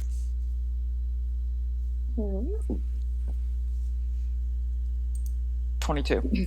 Nice. You feel that the entropic aura right now is the tail end of it. You feel that Cure Wounds, you're doing Cure Wounds, correct? Yeah, would Cure Wounds allow me to, like, move at my normal speed if I were to cure myself? It is not a condition. It is a broadband effect in the area. You do attempt to cast Cure Wounds on yourself and find that the necrotic damage that you have been dealt heals. But you're afraid that the closer you get to the child, its aura may be so strong that you may not be able to heal. If I like roll the Arcana and I kind of figure out that like Cure Wounds won't allow me to move, I won't be able to like walk at a normal pace, then I'm gonna pop a fly and give me that juicy fucking 60 flight speed. And I'll do that as a bonus action as well. So let me burn the 2 spells. So let me burn the 2 sorcery points. The entropic field is slowing you down. I asked if I could fly on Threadsever, and he said no. Well, it doubles my movement speed, which is then reduced by the. It pretty much just levels out my movement speed, so that way my movement speed isn't halved. All right, I will give the flying people a benefit. You will arrive in 5 rounds instead of 7. Did you see my message, by the way? Oh shit! Here, let me look at that really quick. 1 moment. I was just curious. Probably a no. But... Oh yeah, of course your necrotic resistance still applies. So whatever, like when you you know how like technically if you're immune to a damage effect, but if the damage effect applies a condition, you still take the condition even though you don't take the damage. That's essentially what's happening here. You don't take damage, but you can feel this kind of lethargy soaking into you. But because of your resistance, you can overcome a little bit of the lethargy and push forward. So you will arrive there on turn 5, and because Ponike can fly, I will give it to her as well. You will arrive there on turn 5. I can fly too. Yeah, you will arrive there on turn 5 instead of 7. Yeah, and then I'll move, and then I'll dash as an action, and that'll be my turn. Okay, perfect.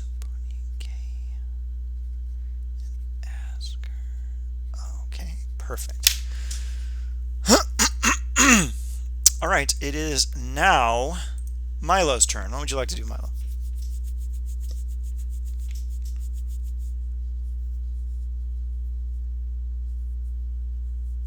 Good question. Where's the baby? About 7 turns away for you. In Belfin's laboratory, where you last kept it.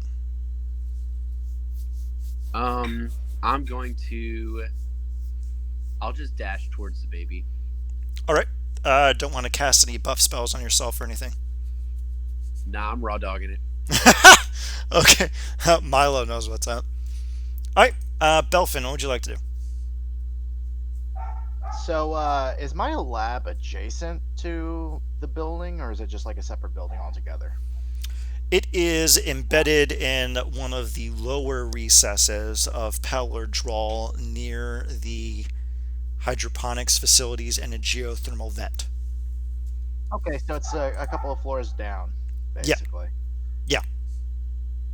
So, in theory, if I were to cast Featherfall and then huck myself off out of the structure entirely to land, basically would I land on the floor? The interior of Peller Drawl is carved into a mountain, so it's like an enclosed space. Okay. So it's not technically possible to do that. All right. No, unfortunately. If you had meld with stone, I would actually let you do a little bit of cheese. What level is that? I can't recall what level meld. I don't even think artificers get meld with stone. I think that's a druid only spell. Come on, internet, just tell me what meld with stone is. How in the world? Just tell me what meld. Oh, it's meld into stone. Yeah, that's a cleric and druid only spell, and it's 3rd level. What would you like to do, Belfin?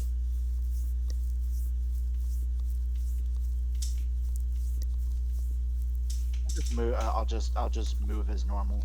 Okay. Okay, it is now time for round 2. I need everyone to make me a con save. Asger, you may do so with advantage. Okay. If you have necrotic resistance, do so with advantage. I think that's only Asger, though. 25. Jesus Christ. Hang on, let me check the new sorcerer thing. I may be able to. You want to burn this. points. You want to burn points in order to pass, right? No. I think I just get to re-roll it. But let me read it specifically. Asger, you pass. Belfin, you pass. Milo, you fail. Silas, you fail. Panike, you fail. Give me a second. Actually, Milo, I'm gonna get Milo to pass. Do saving throws count as ability checks or no? No, they don't. Ability checks are separate. Nope. I just fail. Okay. A nat 1 and then a nat 2. Ian, just for reference, I'm going to hit Milo with another flash. Yeah, I got it. Okay. Okay. Okay, so Milo, you pass. So that means Ponike and Silas, you take. Whoops, ignore that. I don't know why Milo is telling you this. You take. How was it 3 again? You take 3 points of necrotic damage. This is shocking. All right, and everyone else who passed, you take half of that, which is 1, I guess. And Asger, you take 0. All right, Asger, top around. What would you like to do, my dear man? Continue flying my happy ass down. Wait.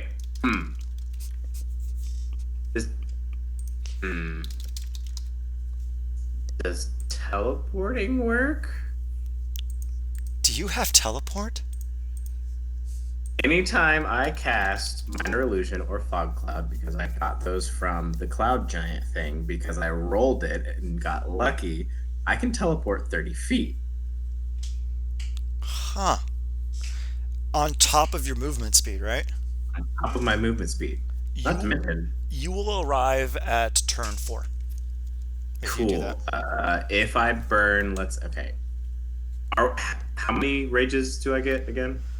You changed it and I can't remember. You have an extra, I think, 2 on top of whatever you would have at level. Oh, you are still technically level 14 because you have not eaten paste. So. Oh, well, whatever. No. Because remember, you changed rages in general. You told me you were messing with him. No, I'm keeping them standard for the time being. I'm going to change them in the future, but you have an extra +2 on top of whatever rages you would have at your given level. So I have 7. Okay. I'll additionally burn 2 to go down to my regular each turn that I can, and move half of my movement speed for free as well. Ooh, okay. Because, what did the Instinctive pounce. Okay, you're going to arrive at turn 3. Ridiculous. I love it. All right, anything else, my dear man? No, that's all he can do. He's just hauling ass. Okay, Silas.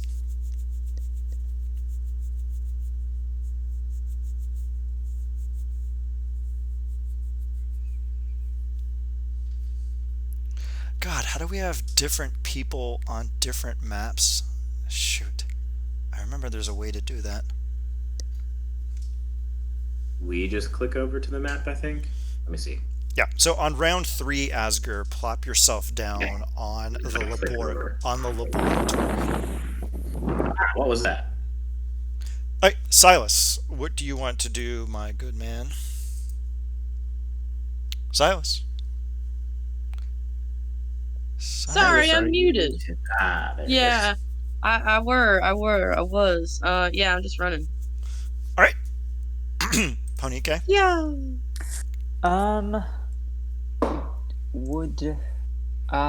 Weird question.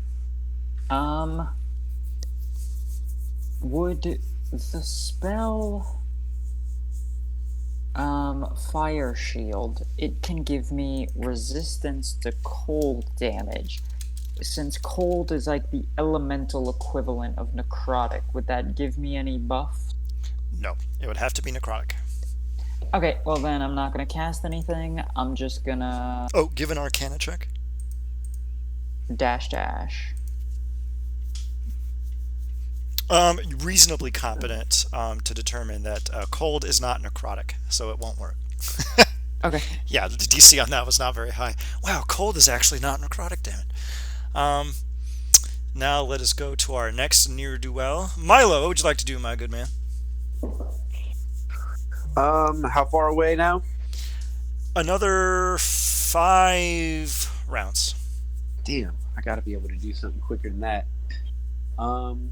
If you can give me a good reason to speed it up, I will allow it. Unfortunately, Asger is weirdly OP in this situation.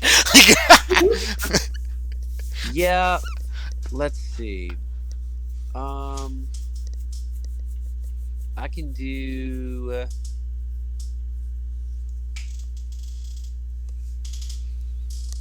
What's a good buff? Oh shit.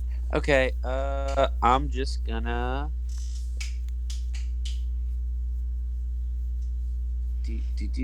Do. Yeah, I'll just keep running. I was running towards the kid. All right. And Belfin, how about you? Still going. Also, Asger is OP in every situation. Why is this a question? Yeah, I forgot how he's kind of dummy thick when it comes to running. All right. He's dummy thick in everything. Round 3. I'll be right back. I have to use the privy really quick, and if you do, I recommend it. 1 moment. All right, welcome everyone. We're back from the wild and wonderful world of Piss Break. It is top of round. I need everyone to make a con save. Asger may do so with advantage because fuck you. Whoa, we never finished the previous round. Yeah. Asger took his turn, Silas, me, and No, Milo Belfan took his turn. We retconned Milo to do freedom of movement, and then Belfan just dashed forward, and then we rolled over to round 3. But I never got my round 2 turn. Yeah, you did. You got a shortening of your turn because you did fly and then you move forward. Is that your first? Am I losing my mind? We I think did. I'm losing my mind. We went through. Barely anyone did anything in round two because we got the cheese out of the way with Asgard. Then you did your cheese, so I made some modifications. Oh yeah. Yeah. Okay. So it is now Zero top cheese. of round for round 3. Everyone make a con save. Asgard, you can do it with advantage. Fuck you. What? No! Oh, thank God. My dreams! No, my precious dreams! Come on, Panike. Bring it home. Yep. Ah! Ooh. Literally everyone passed. We love to see it. Mm-hmm. I was kind of hoping I would fail. God, if only. Okay, everyone takes 3 points of necrotic except Asger, who takes none, because fuck him. What? Wait, I have resistance, but I take 1. Yeah, I failed last time. Well, okay, you rolled again. I'm sorry. yeah, that's fine. Never mind. You feel the necrotic energy growing stronger. My dear man Milo, you may switch over to the laboratory map. We will get to you shortly. You notice that Asgore and Milo are skittering away down the gangway, and we enter the new throws. Feel free to roll up your combat again for this particular. Oh wow! Do you know combat is scene by scene? That's actually kind of tight. So we have to roll again? You can just add in your initiative roll from the previous map. How do you do that? Oh, I don't when see you any sort of if you combat right damage. click on it, it says update combatant. Just type in your roll manually. Right click on what? Pocket. Okay, when you go to the combat menu, it'll show Asger and Ballfan. Oh, that edit came in. 1 second. Yeah, I can't right clicky. You can't right clicky. Okay, I'm gonna move everyone over to the main map then. We will just Yeah, polite baby. fiction, Belfan, Silas, and Ponike. You do not see giant baby emanating necrotic aura. Okay, so it doesn't Guys? allow you to it doesn't allow you to right click and update that. Not that I know of. I'm right clicking the dice and my name and well, they rolled, Does that thing get fucking bigger? but wait, maybe I can update it now. Hold on. Yeah, does it allow you to update combatant? No. Okay, I'll just do it for you manually. Don't worry about it. I will fix that in post. All right. Everyone else, feel free to roll your initiative, and then. Also, Jesus Christ, a nat 20 for that thing is a 28. Fuck. It's not a good day for Bitcoin. Okay, I'm going to give you your initiatives from the previous round. So we have Belfan at 4. We have Strange. Silas at 16. Oh shit! I rolled the exact. Yeah, I know you rolled the same exact thing. Good looking out, lady. I don't have to go back and check it. Okay, I am going to begin the combat here, but we are going to have the polite fiction. It is only going to be Asger and Milo, who is described as Ballfan for some stupid reason. Let me switch that. Okay, now he's Milo. All right. Top of round is our dear friend, the child, as it looks at you and mumbles in Celestial, "Fate is for swords!" as it then proceeds to cast a spell upon you. Celestial? I Yes. thought I didn't like that. It speaks Celestial, but only mutters absurd gibberish. The creature is going to cast a spell, and I think if I did this right, it will actually list the spell. Yeah, whatever, it's fine. Okay. It's going to cast a spell, and I'm going to need you to make a Constitution saving throw, Asger. Flat or with advantage? Flat. Hey. Which is highly likely that you're going to pass. Oh my god! Nat 20? No fucks given. Okay. You see the creature Fuck this kid. mutter, Fire is the keeper of secrets. As like a, and only Milo actually sees this as a. I will PM this to you.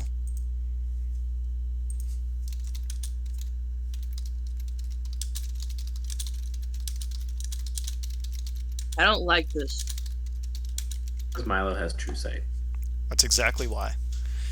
And he just goes, words for another day. It then looks at Milo, and you see it go, bars, bars, bars, and then all of a sudden, a nothing appears. You don't see any discernible thing that has occurred around you, and the creature passes its turn. Asger, it is your go. All right, well, since Milo's the only one in the room and I can do this freely without hurting anyone else, in dark speech, Asger is going to attempt to calm the child slash get figure out what the hell's thank wrong. Go ahead, sorry, I knocked something over. Go on. He is going to, I guess, use his free action just because it's speech first. Be like, little one, calm down. Your father and I are here. Everything is okay. Chill out. Except it comes out and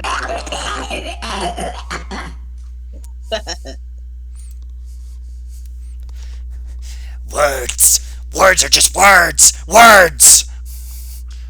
You see the creature rebuke your utterances. I will allow you to do that as a free action. You may not take a proper action.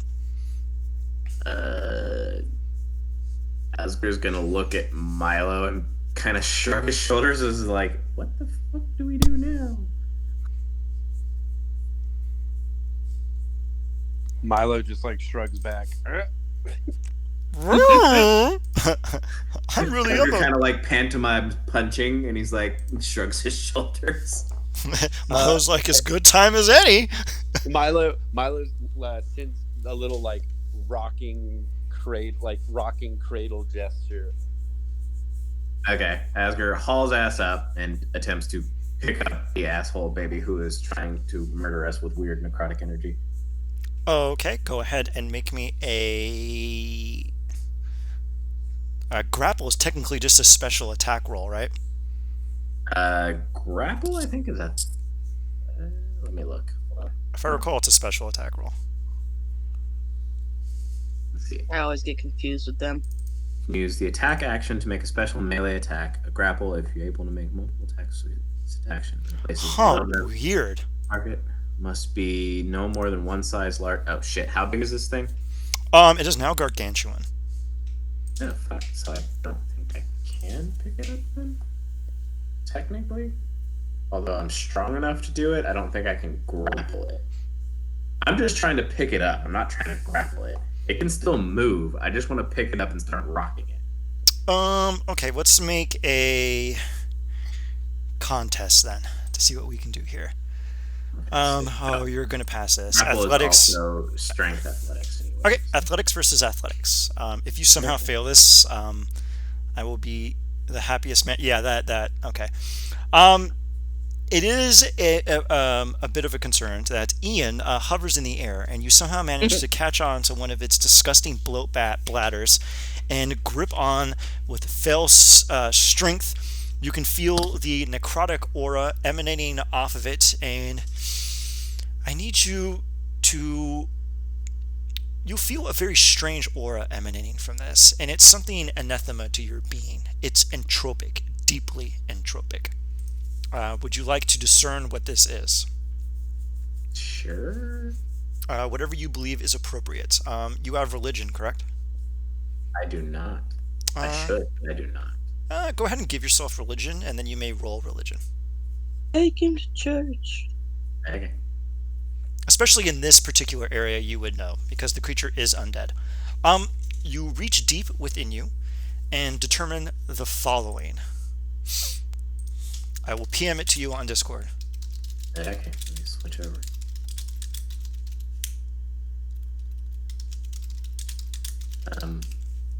Oh, you haven't sent it yet. Well, okay. Wait.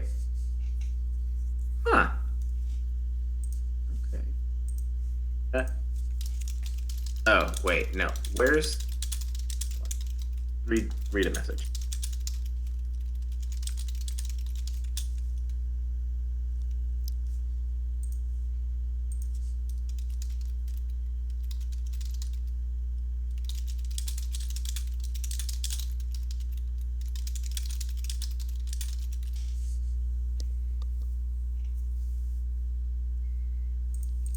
Okay, you learn the following information. Anything else you would like to do, Asger? I'm just gonna start rocking it back and forth to try and calm it the fuck down while continuing in deep speech for now. Or not deep speech, dark speech for now until other people get in the room. To basically just try and be like, it's okay, calm down, everything's okay. All right. Give me a athletics check Okay. with disadvantage, Okay. which is a horrifying concept to Asger. Oh wow. Oh wow. Sheesh. Oh, just a 20. The sad part is that 20 is a 3. I know this is such a horrifying world.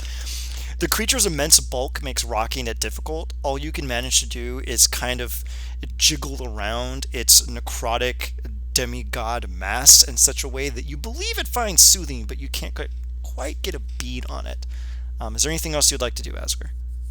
I mean, I don't think I can do anything else, really. Yeah, I'm pretty sure I can't do anything else. Just go to the next person. If I think of something, I'll. Okay. Silas, it is your go. Is there anything you would like to do? I excuse me. No, I wouldn't be able to get there by now, would I? Nope.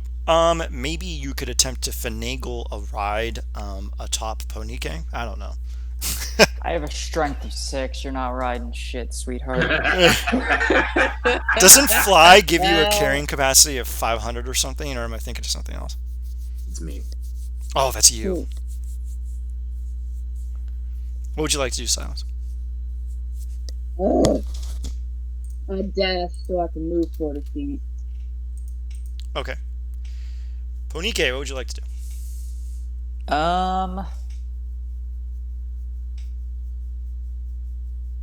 Yeah, if I,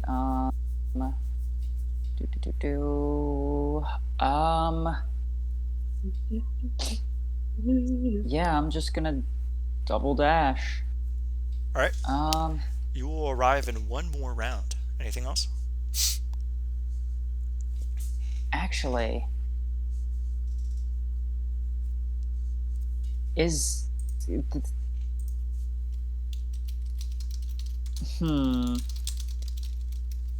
I may.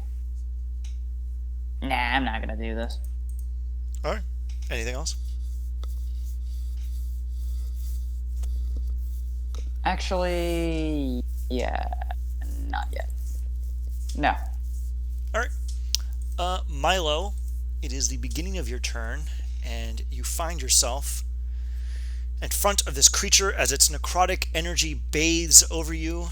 You are going to take the following damage based on one of its aura effects as this necrotic energy washes over you. You take 18 points of necrotic damage.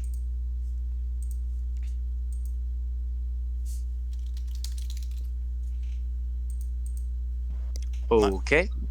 And what would you like to do with your turn, Milo?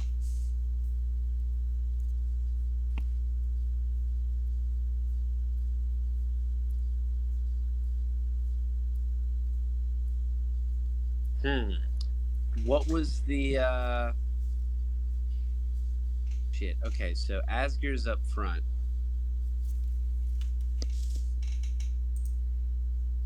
Mm-hmm.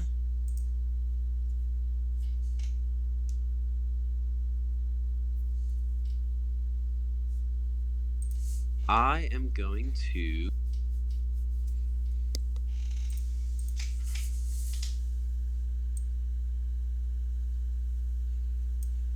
wait, I'm reading this spell description. Sure, go ahead.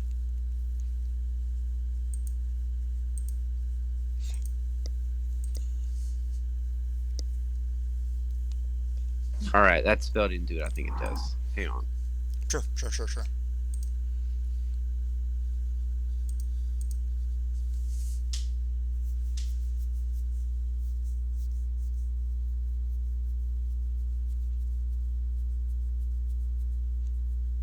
Oh yeah, I'll just hit it with a hold monster. That's always a safe bet. I like it. All right, go ahead. It's a Be wisdom save if I still. remember right. Yeah, it's a wisdom save. I'm trying to think. Do I have my spell save DC boosted by anything? Yours is up by 1. So do the quick Yeah, math. 8 thought plus so. proficiency plus wisdom, and then add 1. 8 plus proficiency, which is 5, plus wisdom, which is 6. So 8 plus 12, right? Okay. So you have All 20. right. DC 20. Ooh. Fuck. He just barely manages to squeak by as he mutters to you, "The cage is for you! Yours is the cage! Future a cage, past a cage, present a cage! You are the cage!" As the creature resists your spell effect. He learned to speak so quickly. I'm rather proud. He's a big boy. Any bonus actions or anything else you would like to do, Milo? Nope. Alright, we are going to loop around to Belfan. What would you like to do, Belfan? I'm still moving, so I'm just gonna keep on moving on course. Okay. We're going to go to the top of the rounds. I'm going to need Belfan and Silas to make a con save. Wait, Jinky. not me. Oh, you as well. My mistake. Oh boy. 3, 4. Top of next round. Oh my god! Oh no! Wow. Wow! God is good. Is there anything you want to do with with that? No. We all fail regardless. Yeah, it's impossible to get over the DC. Ponike? Oh wait, you also failed. Okay. You'd all take, oh god, a shocking 11 points of necrotic damage. Ow. As you feel the entropic aura course over you with greater ferventness. But you see that it is starting to shake and crack the walls and the halls of Palardral, allowing you, with a little bit of deft footwork, to arrive more quickly. You will all arrive on turn 5. Okay, top of round. It is time for Eon, the despoiler. I hate all of you. You're so rude. He's got your eye. I need you to make me a wisdom saving throw, Asger. Remember, Fine. bardic inspiration. That's true, you do have a bardic inspiration. And if it doesn't work, you can use it again. Okay. What are your at 15? What the hell are bard? It's a D12. It's a D12. Oh my fucking god. Oh yeah. Oh yeah, Uh-huh. you're gonna pass this. If you don't, I'm gonna laugh. Please be a 2. Please be a 2. Please be a 2. That's Please be a 2. Oh! You 22 total. you feel something course over you as Eon, entropic aura seems to envelop you, almost like it's trying to bind you to it in some way, but it disappears. Hey.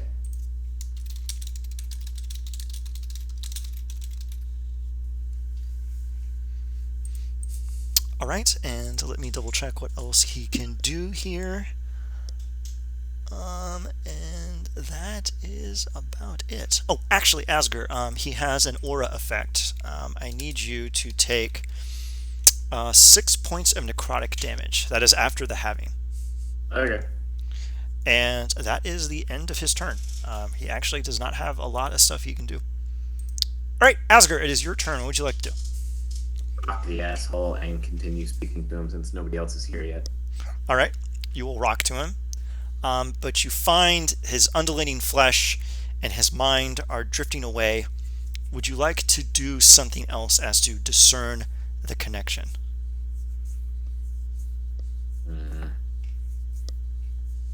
Yes.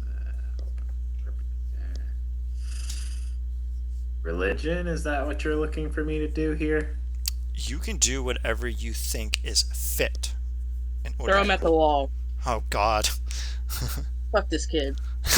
No. I want to just kind of investigate his facial features and see if I can figure out why the hell he's zoning out. Bless you. That's a 22.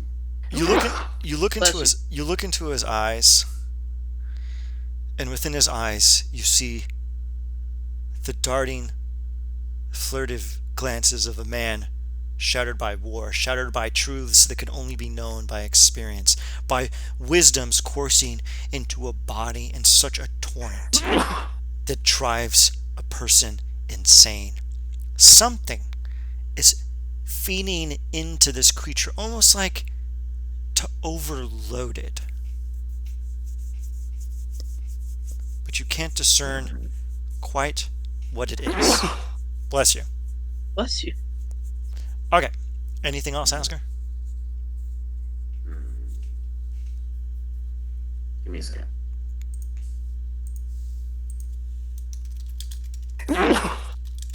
Gee, my goodness. Who is that? Is that Milo? That's Andre? me. That's me. Babe, why are you so sneezy? I don't know. Shit, he's probably not willing, so I can't. Okay, Goku. mute yourself if you're going to keep doing that. Anything else, Asker? Is the baby's not willing to do anything right now, right? Not really. His mind has been hijacked. Ooh. Oh, wait. Okay. Well, this is Trust your gut. Let me. Or rather, something is fueling its innermost purpose. Huh.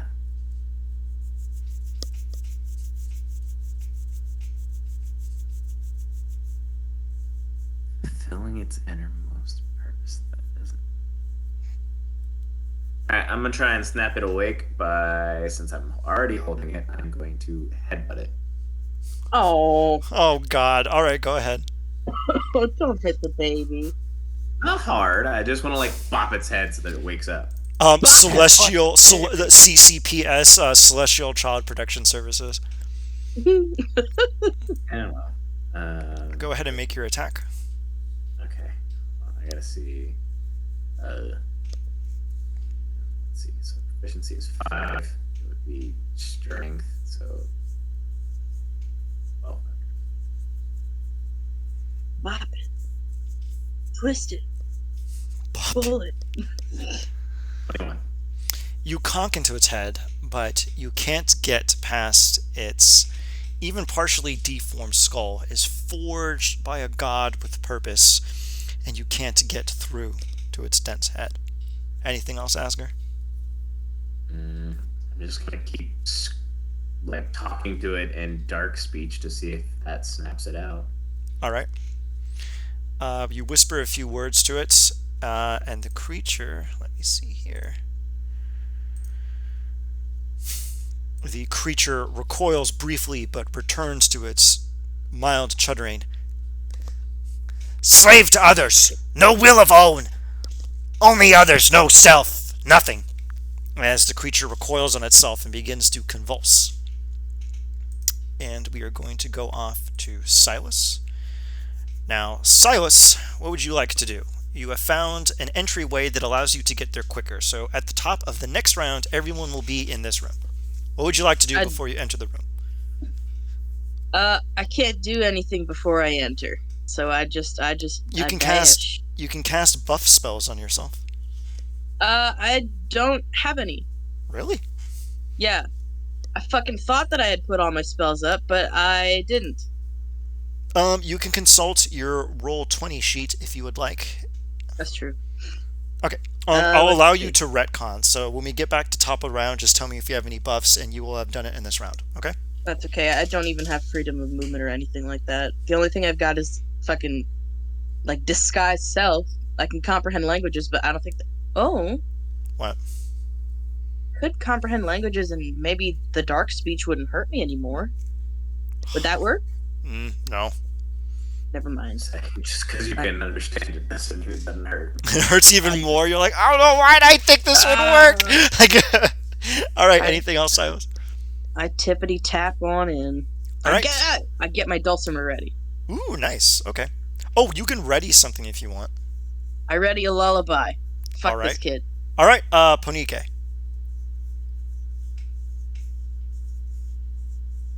Ponike.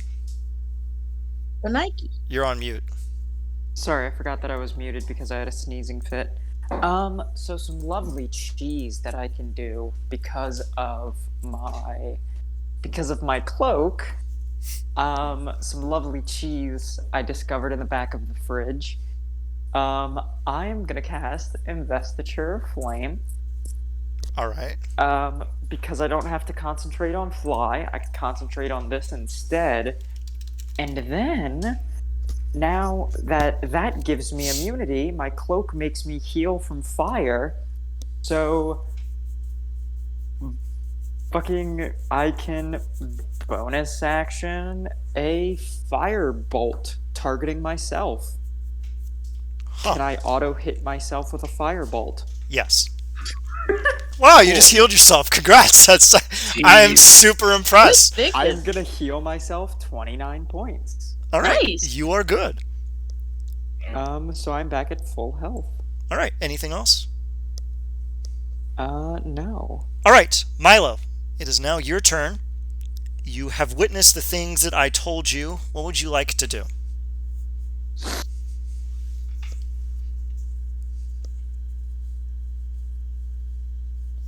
Milo.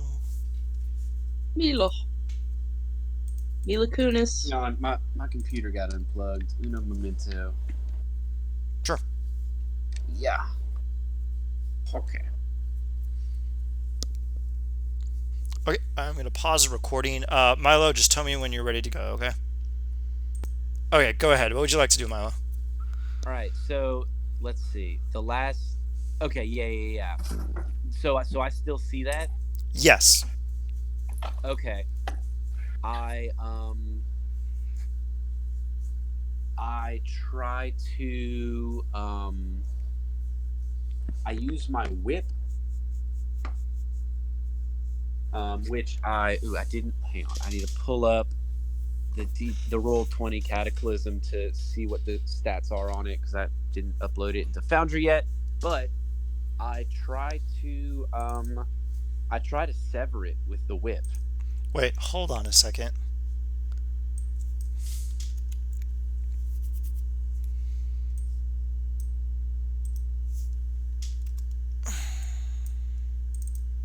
Okay, you had the wrong token down. Oh. Okay, in here 1 minute. Okay. I can actually add your whip in like a microsecond because it's the whip of Erebos. Yes, it is. So, whip of Erebos. Where the hell is this stupid whip? Where's this goddamn whip? But also some weird other shit too. Okay, you should have it in your inventory. Make the attack with disadvantage. All right. Actually, Milo, you would know that you could not do this. Oh, I would know that I cannot do this. Yeah, because you're not. Okay. You're not in the I'm not in the Okay. Maybe I don't know. Okay, I'm going to tell you right now. Okay. Oh. Shit. Oh, I can do that. I can absolutely do that. Oh, you need to take 3d6 necrotic damage because it's the start of your turn. You take 10 necrotic damage. Okay.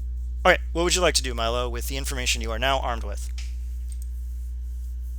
Oh, yeah, you can also do that. Not bad. Uh-huh. Yeah, that's what I'm gonna do. So I think this is an action. Yes. Give me a charisma saving throw first. Charisma saving throw. This should Okay. immediately set you off as to what it did to you.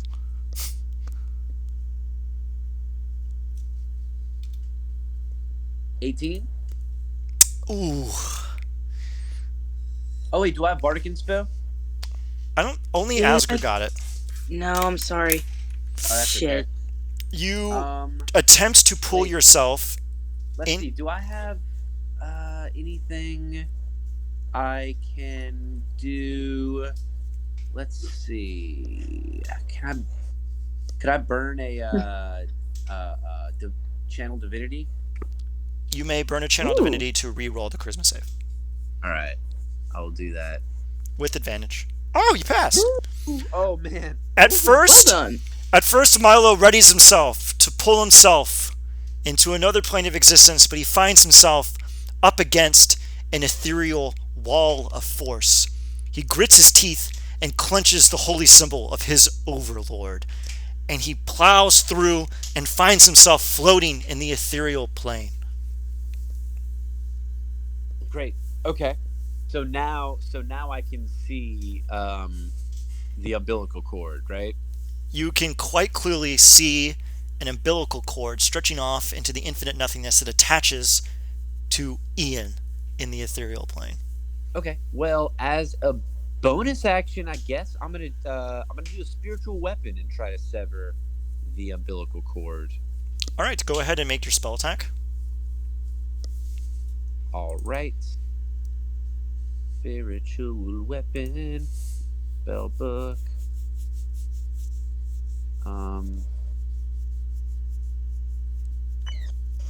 That is right here. Let's see. Do I just click on it? Yeah. Okay. Roll attack. Roll. It's not doing it. Wait. Do cast spell. Oh, there we go. You slice the cord, and it withers into nothingness, and the foul aura around the creature disappears. Nice. All right. And everyone has been rid of the creature's foul machinations, so at the top of the next round... What happened here? Oh, I have to re-roll your initiative. 1 moment. Okay. Well, you're right where you were last time. Weird. All right.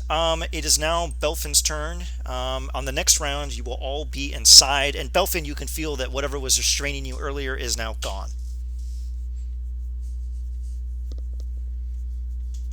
I'm going to enter the room and assess the situation. All right. You enter into the room. Actually, let's do it on the next round. But I guess you just managed to tail in, so I will give you... You can use your action to prepare, and then you can use your bonus action to make a skill check of some kind to ascertain the situation. Bonus action Arcana. All right, go ahead and roll for me.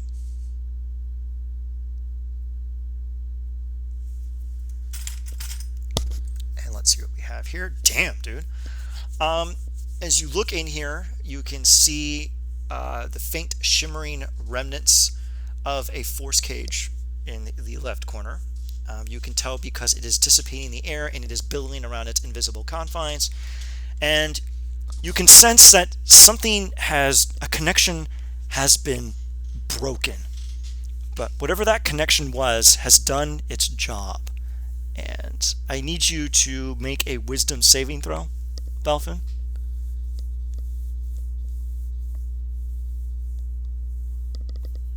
I'll add my flash to this, so it's +6, 21. All right. As you look forward into the creature, you can sense a tinge of something greater has been implanted inside of it, and its soul has been tainted. How you know this, you don't know, but you feel it within you.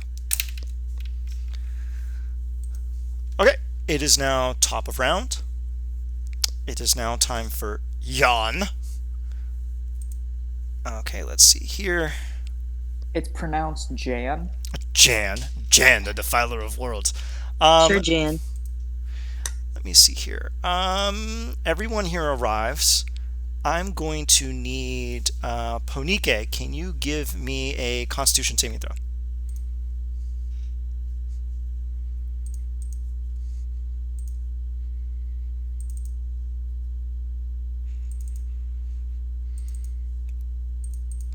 What's a 19 do? Oh God, I hate you.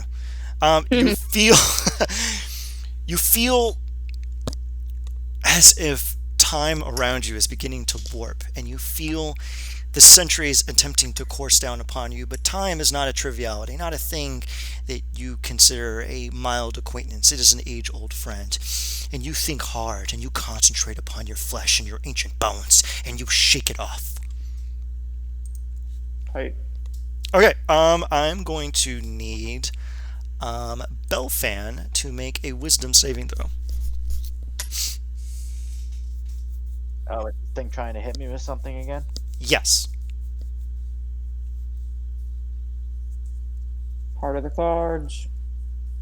Wow, lucky you. The creature looks upon you and you can see it start muttering what seems to be gibberish. Books are not the only means. There is more than a book. There's things that must be known through being. You are nothing but a library, empty and hollow dust, billing over unused tomes. You You look better upon get this badass little kid. you look I'm upon the trying. creature and you shrug off its foul words as the meanderings of a child. Okay, Asger, it is your turn. I'm inclined to disagree, Silas. It just complimented me. Called me a library. That was not the Silas voice.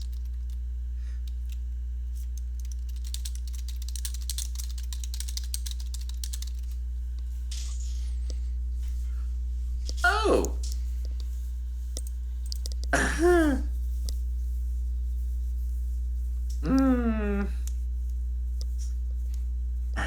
Wait. Asger is gonna look over to Milo and just be like, Milo is in the ethereal plane right now. Yeah, Milo is no longer seen. He actually disappeared from view. "Oh, fuck. Okay. You can still talk to me in Quarry, right? Technically, yeah, actually. Milo is unable to take this call right now. In Corey, real fast, he's gonna go, Milo. Kyber has his claws in him. I don't think we're getting him back. What do you want to do?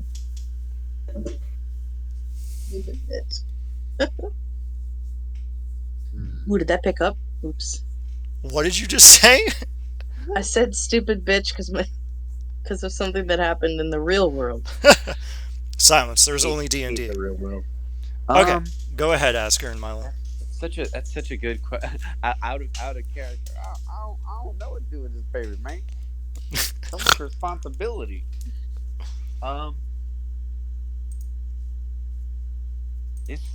This creature can be a great asset or perhaps a great curse. Do you think Again, tainted by Kyber. Don't know if we're getting that one back.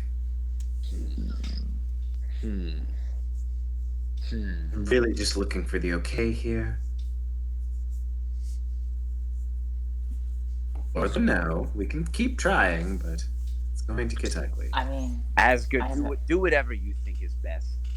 I trust your judgment in this situation. There will be no love lost if we have to put down such a foul thing. However, I do see potential in this creature. This is a truly powerful being, and it will not be the first thing that we've stripped from Kyber's grasp.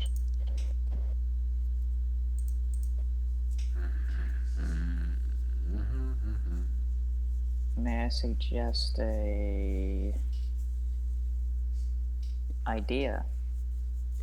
I mean, you can hear Quarry. Take it out in the field. See what it does. Leave it to its own devices. Are you suggesting Ian just needs some fresh air? Let's take him to the park. I'm suggesting that if you don't want to kill him, you leave him out in the field. You just leave him out in nature. Abandon him. Ah, yes. Spoken like someone who has dealt with children before. That Mother starts playing as He goes, yeah, I've dealt with children. I mean, if you want me to deal with him the way I've dealt with children in the past. Wait, are we in combat? I don't know. Apparently, we're having Dr. Phil now, and I'm just allowing it because it's interesting. Go ahead, it's fine. Okay. I agree with Tonike. I think he needs some fresh air. I think we can. I'm really terrified as to what you mean. I think we can drop him off.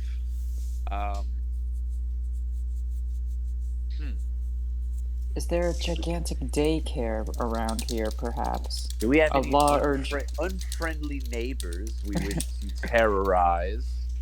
Is there a basket big enough for us to drop him off on a porch somewhere? Baby in a basket! Baby in a basket! Let's just put him in a basket. Let's put him in a basket, drop the basket in a river that never goes bad. Moses, Romulus, and Remus, those guys created countries. All I'm saying. Just ship him off in a baby basket down to the dragon below, and it'll just all pan out. And have a pint down at the Winchester. This will be fun. Okay, what are we going to do here? Let me play a lullaby. Maybe. All right, Asgard, what do you want to do? It's your turn. You have 2 attacks.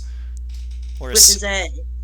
Asgard is going to hold his attacks for now until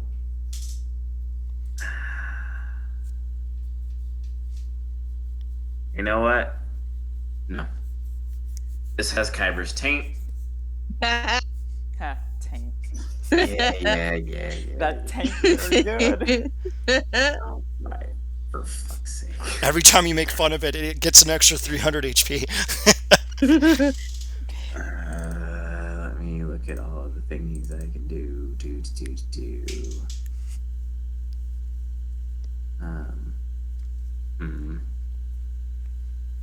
Oh. Ooh. Oh.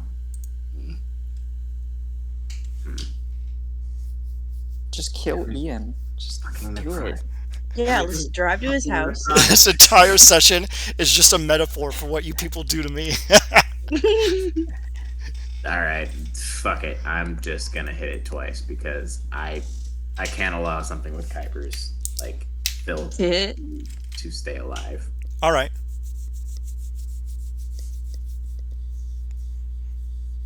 Hit.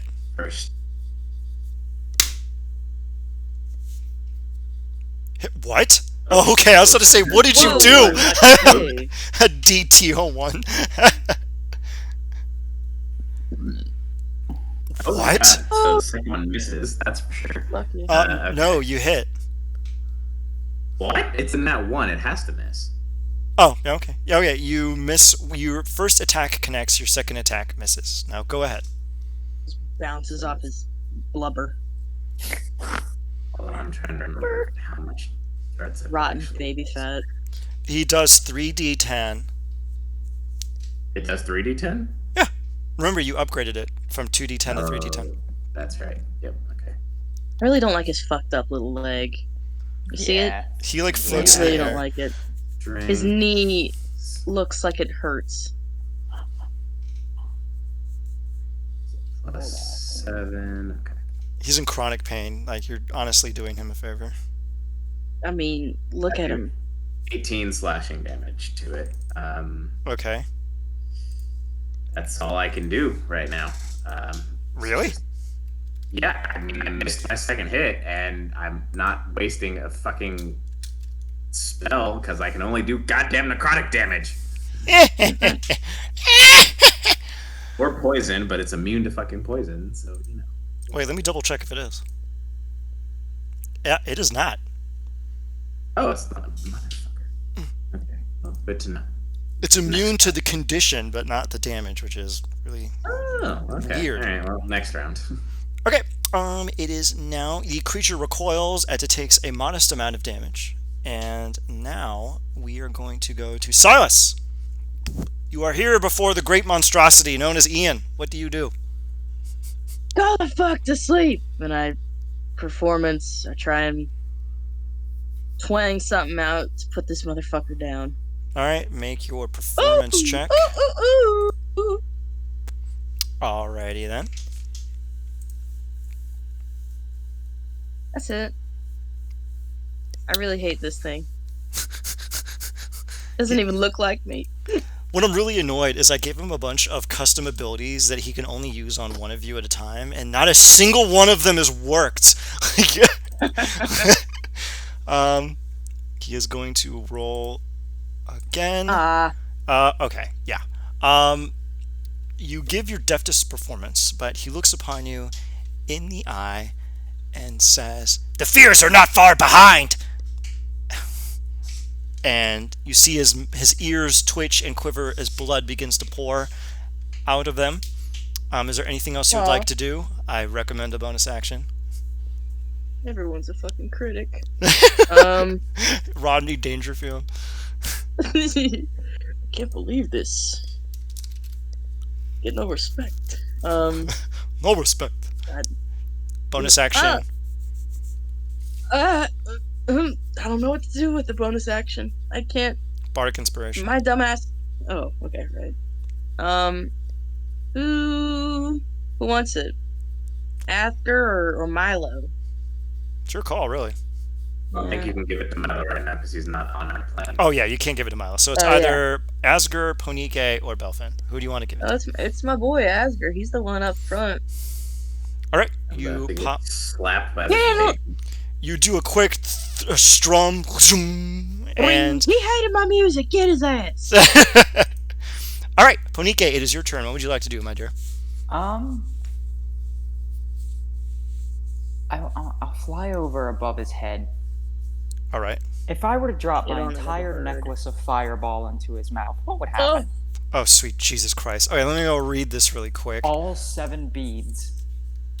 I just dropped the entire string, all 7 beads, right into his gullet. Oh my god. I'm so proud of you.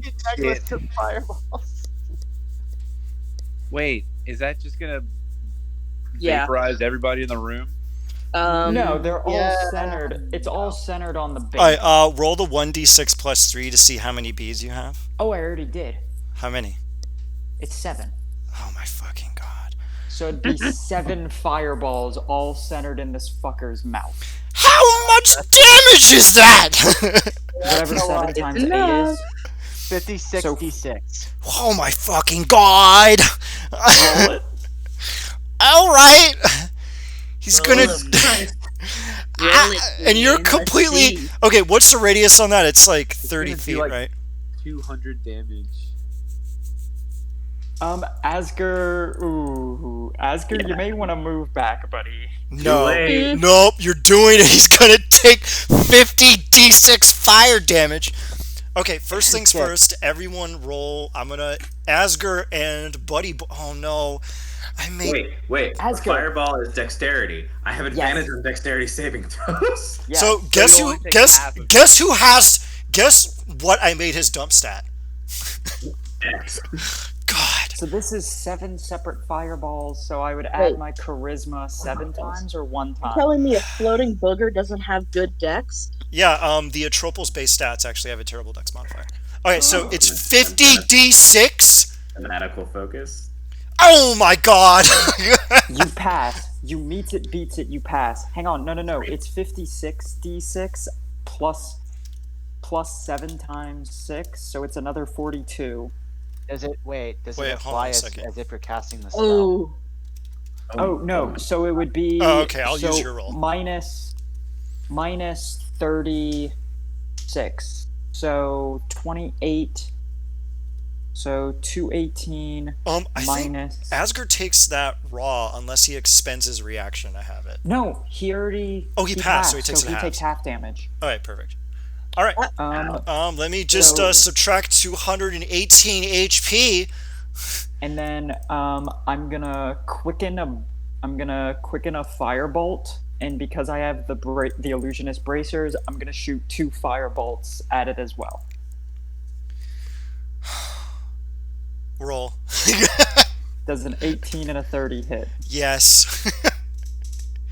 Why do you? How much damage? Just tell me how much I have to apply to my boy. Hello, CCPS. In total, this round, I did. No, just give me the 235 firebolts. points in total, the entire turn, 235 points. Okay. Good job. Just give me the firebolts. Just the fireball Firebolts. is Firebolt. 218 minus 36, 182. Just From the firebolts. Bolts. Oh, firebolt, God, imagine like. 53. Okay, there we go. That's what I wanted. You know what's horrifying? Not 53 bloody. boosts from the firebolt. That's horrifying. Jesus Christ, what did you people do? Hey, Asger, I'm Jesus really had sorry nothing for to do with doing this. 90 points. Asger, I'm sorry. Asger's like, you fucked up my hair. I'm not going to tolerate this. Like, yeah. I dealt 91 points of damage to one of my allies. That makes me feel bad. I know, that would kill basically everyone, like, in a normal campaign. Okay. All right, anything As I else you drop- want to do, buddy? As I drop the beads, I want to go. Take your medicine. I like it. I like it. And because I'm like floating right above its mouth and have investiture of flame open, it takes another 1d10 plus 6. Why? Why, Pony? Okay, go ahead and roll it. Tell me the damage. Show me the Carfax. 16. Ooh, nearly there. All right. The creature is roiled as a necklace of fireballs explodes in its mouth, letting out a torrent of flame that engulfs Asger, who brushes it off briskly. The creature is excessively damaged. Ouch. Ouch. Okay, now it is Milo's turn. Milo, what do you want to do aside from return from the ethereal plane? Who said I want to do that? Oh, what are you going to do? I didn't say that I wanted to come back to the ethereal plane. I mean, I might. I literally can't do anything to affect anybody in here while in the ethereal plane. No, you cannot. Okay, yeah. I'm just gonna have to come back. All right. But I move when I come back. Anywhere you want. Yeah. Anywhere you want. Do you have another plane shift? Yeah. Have we rested since the last time I plane shift? No, I zapped us right in. I think. Oh, technically you didn't have. I'm going to let you have it. I will say, just for the sake of narrative cohesion, you are allowed to come back, but it will take your action and your bonus action. Okay. It takes my bonus action too. All right, I'll give you your bonus action. What do you want? Oh, I mean, no, it's fine. I wasn't gonna give my bonus action. I just curious. Yeah, I come back. Bink, but I come back, but I'm behind you. You return. The creature's on fire. Asger's hairdo is fucked up. Punike is screaming. Silas looks really hurt. Ponike healed Emotionally. from those fireballs, so she like. I just kind of frown and nod, like, all right, so this is going on. Asgard just looks annoyed. So As he this lets is what the we're doing hinge now. off his shoulder. Okay, Belfin, it is your go. I have had it with all your incessant screeching in my lab. Time for a 30-second term abortion. All right, go ahead, Belfin. You disgusting celestial afterbirth. go back to whence you came. I'm going to step forward and dump Scorching Ray at 5th level on this thing. All right, roll away. Scorching ray, scorching ray. Damn, Belfin, is your lab fireproof? You see a bunch of containers around that say, warning, dangerous, highly flammable. Do not use fire in here, ever. Don't even think about it. And there's a large sign that has Ponike's face on it with like a circle and a line through it. It's like, not allowed! Like, My friend is fireproof. yeah, your lab's fireproof. Go ahead. Yeah, there's no reason it wouldn't be. I literally test fire-related objects in here. Okay, is Scorching Ray a save on my part or an attack roll? It is a action. It is a attack on my end. So I think at the regular level it's 3, but like at 5th level it's like 6. Okay, well, go ahead and make the attack. Okay. I've got Scorching Ray actually hardwired here, so let me click it. Macros, everyone's best friend. Okay, I'm really suspicious because I see Olivia meticulously plotting some kind of radius effect. No, I was testing where my fireball hit. 1 second. Sure. For some asinine reason, it's not holding my. Do it manually. Just do it manually. S. Fuck it, we're doing it live.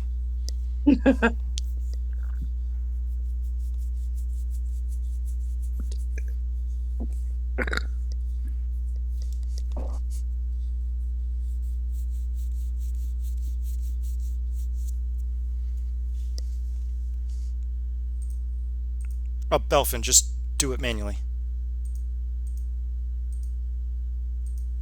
Belfin, are you there?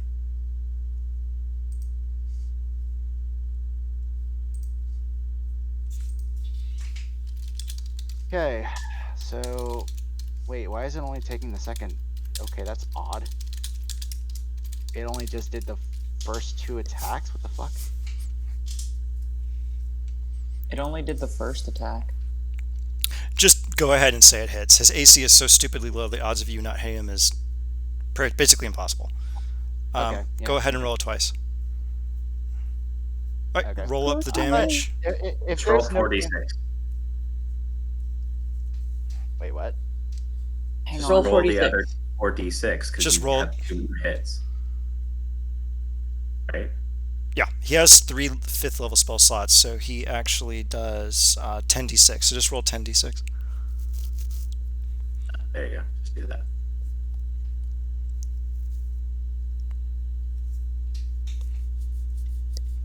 Ooh, your scorching rays burst out of your dual cannons as they fire into the creature, dealing deft blows, and he is finally reduced to half health. Do I actually? What? So You do I have. Yeah, they have a So- lot of health. curiosity. Do I have my second cannon up, or do Yeah. I not?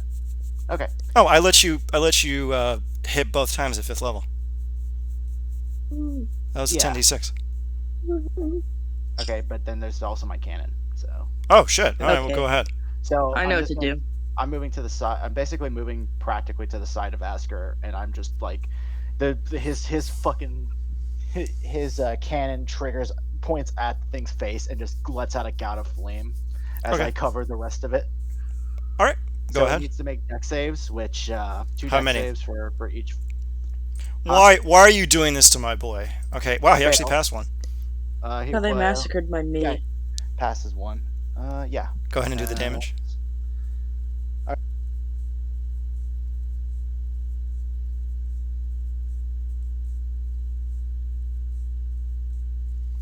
Okay. So that's 16. Looks like. Alrighty then. He's starting to look long in the tooth. Oh crap! No, don't do that. Long in the gums. All right. It is now the top of the round. It's Ian. Bebe's turn. Finally, God. Jan's turn. Okay. I'm going to need Asger to make a wisdom saving throw. Well, in a second when my thing is reconnected. Oh, did it muck up? Hold on a second. Hold on. Okay, alright, I'm back. Cool. All right, go ahead. Wisdom save. Save. Ouch. Oh, thank you, Jesus. Meh. Okay, What only happened? Milo apprehends what occurs. I'm gonna take a nap. You just passed the fuck out. All right, cool. No, you're fine. This is tiring. No, Belfin. People takes a long. He's like, I'm gonna take a nap, y'all. Shit. All right. You feel something adhere to you, but you can't quite pin down from where. A spell? Yes. It's Kyber's taint. What level? You don't know. You actually can't physically see it occur, so I know, but I can end it with rages. So all right. On your turn, you are allowed to. You feel that an effect has occurred. You are aware no, of the. I Huh? just would like to know how many rages I would have to spend. You don't know. You couldn't physically see the spell occur. All right. Let me see here. What else can I do? You know what? I'm gonna do this one. Hey, Silas, can you give me a wisdom saving throw? Eat shit. And die. Please, God. Oh, my God. God is good. No. All right, let me check my Ugh. notes. Oh, hold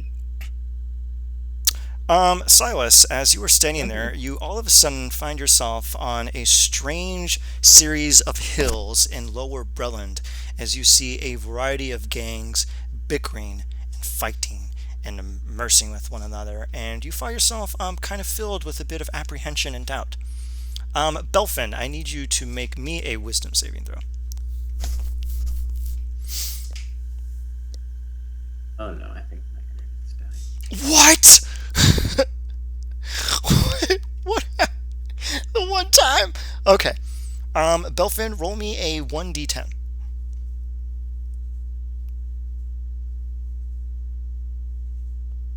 Oh no. Okay. I am going to do this. Oh shit. Oh Jesus. Belfin, you feel you're haunted by distant visions, memories of prior times, memories of the orphanage, memories of scouring through burnt out libraries during the war to get scraps of knowledge, memories of hoarding pens and papers, memories of attempting to figure out anything you could, and these memories keep piling and piling and piling and piling upon you, and you feel the coursing, grinding cool of ages force itself down on your mind. You take 65 points of cold damage. on. Only that I'm resistant to cold damage. Yeah, that's fine. This is after resistances. No, I'm kidding. Oh god, I should have done that.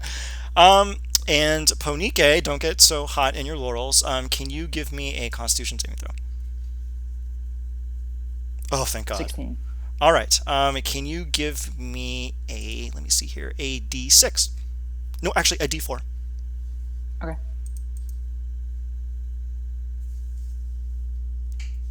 Ooh, good. 4. Okay, let me see what's in this. Oh, yes. Okay, now give me a D6.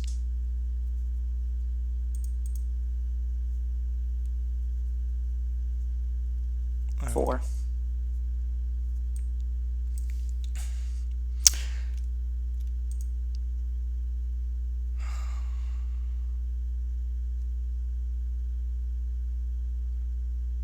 Okay, Ponike, I'm going to send you what occurs to you.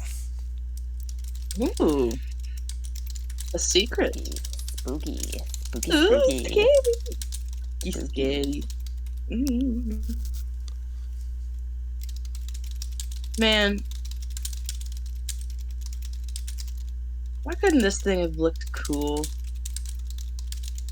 Like, it hung out with us in the tank for a long time, and it looks like that. It looks like an oyster on the inside. I'm just saying, it's like a 20-foot Ponike. That would have been kind of cool. It's the inside out of an oyster. It is. Right, and Ponike, in addition to the following effects, you also take 67 points of necrotic damage. Fuck. Let me see if I can make this don't. Yeah, I can't even make that fucking. Shit. So the investiture of flame just drops. Yeah, I can't make that fucking concentration check. Okay. It is the end of his turn. Asger, it is your go. I have 5 rages left. Can I break it? When you say that, no. Woo. And just for context, I moved to where I was positioned. Sure. Okay. If I try to attack it, does anything happen? You do damage to it. Yeah. I'm saying, can I physically do it? Yeah. Oh, okay. Well then, I guess fuck this asshole, and hopefully someone tells me what the fuck's going on with me at some point soon. And we're just gonna say fuckity fuck all of it, and I'm gonna go reckless, and I'm gonna go auto crit on the first hit, and yeah. All right, go ahead. What's your max? What's my max? What? What's your max for the auto crit? Just tell me what max damage you do. I don't. I think it was like 188, but that included the necrotic damage. Which No, that's why I'm trying to remember how many damage dice I get. 2, so that's 3. If it's 5, it's 50. Hey, I have an idea. What? I want you to reach deep within you. Reach your hands and put your soul into thread sever. And then give me a roll you believe is appropriate. What is Asger feeling right now? Annoyed. What else? What else? Angry because he's raging. No, deeper than that. What else? Dad? He doesn't want to kill this thing. Huh, interesting. Do you want to free it from this curse? He would like to, yes, if at all possible. I want you to reach deep and burn 3 of your rages. Okay, got 2 left. All right. As you grip Thread Sever, you see the mote of its necrotic energy go from black to gray to silver to blistering white. Radiant energy courses off of it and begins to radiate from you. All your attacks do radiant. Oh, fuck balls. Okay, well, this is going to be a lot of damage.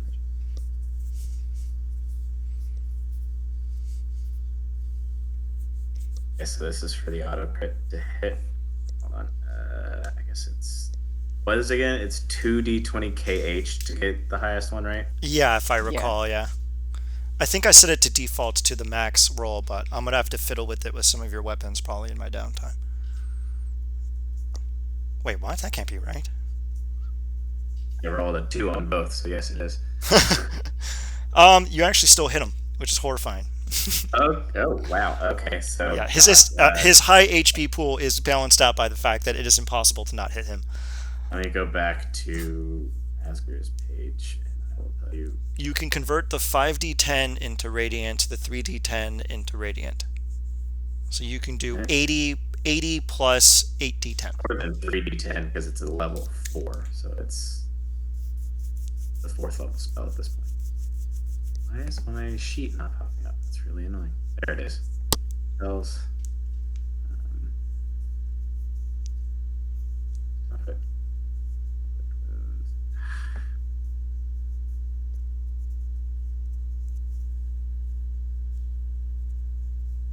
This is 3d10, and then plus 1 for every, so second, third, fourth. So it's 6d10 of inflict wounds, so it's 11d10. Woo! 5 of which is max damage because of the auto crit, because it's all melee. It does 50 damage plus 6d10. Okay, go ahead. 50 plus 60, 100. Oh, wait. Plus my other d10 from my zealot ability, so 7d10 necrotic plus half my level. All right, go ahead.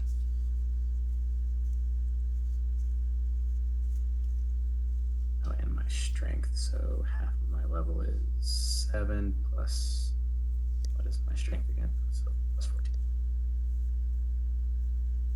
So that's 104 damage for the first hit. Woo! My boy is not looking good. Second hit. What's your minimum? Really low because I could roll a 1 on everything. 3. Okay, then. So 7, 8, 9, 10. 10 damage. Okay. Go ahead. 22 to hit. Yes. So that's 3d10 plus.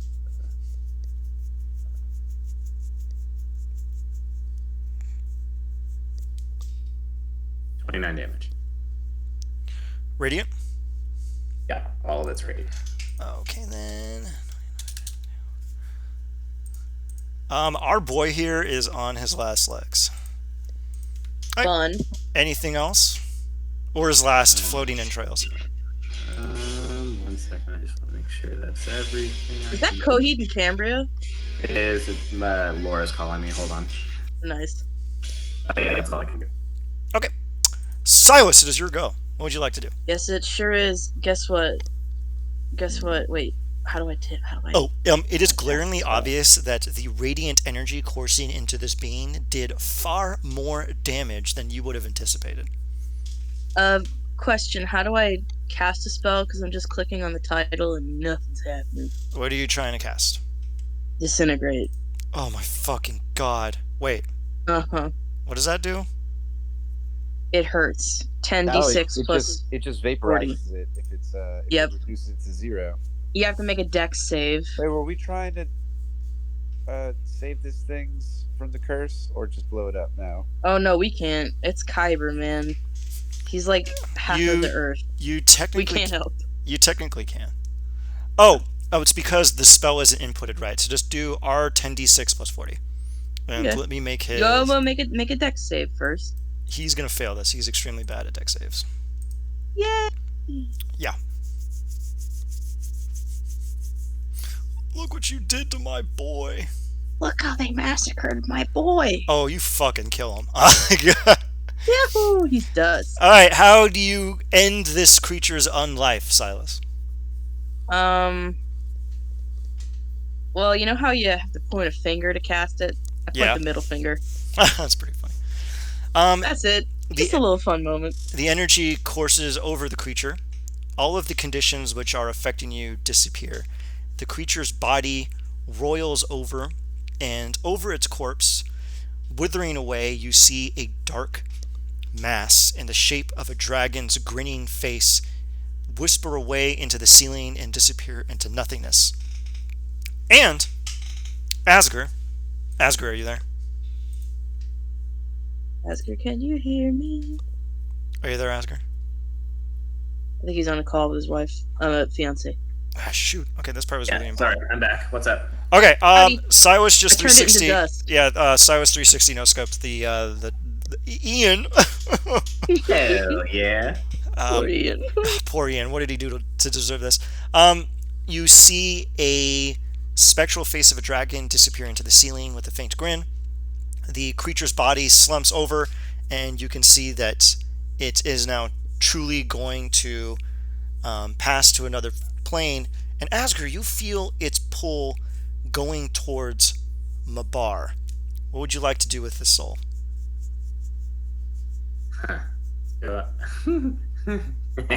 Can I spare the die in this thing?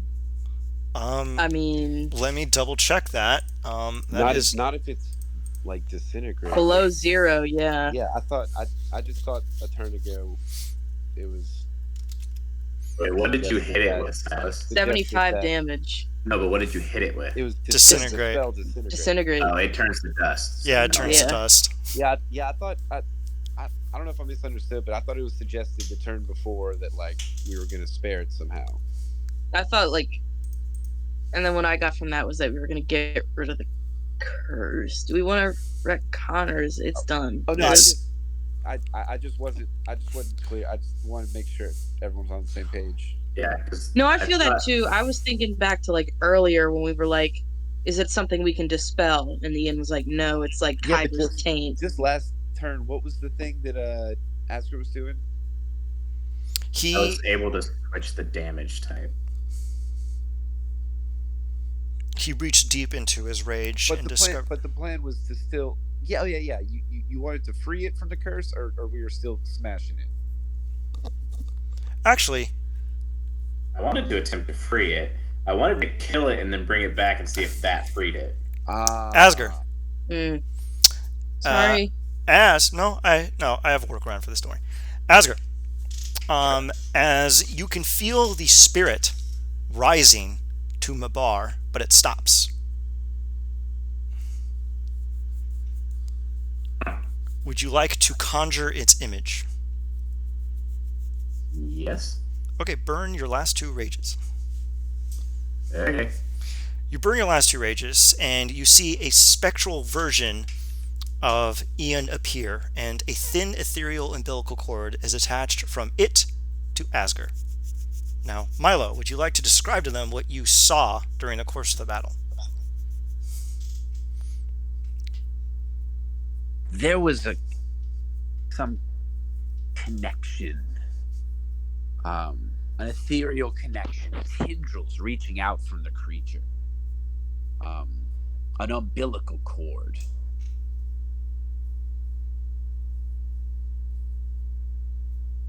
Asger, it connected itself to you as well. I'm sure you felt it. Yeah, I had no idea what the hell it was doing.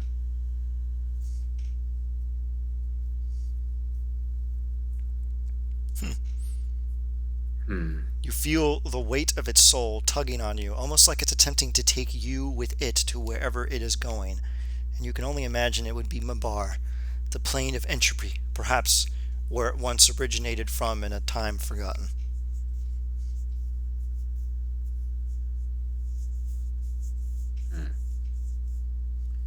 Wait a tick. I want to look at something. Sure.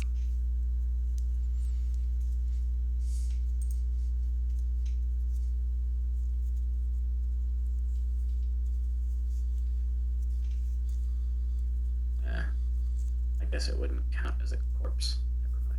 Yeah, it's just a floating soul. Wait, what were you trying to do? I was gonna put Hell's Wrap on it. Huh.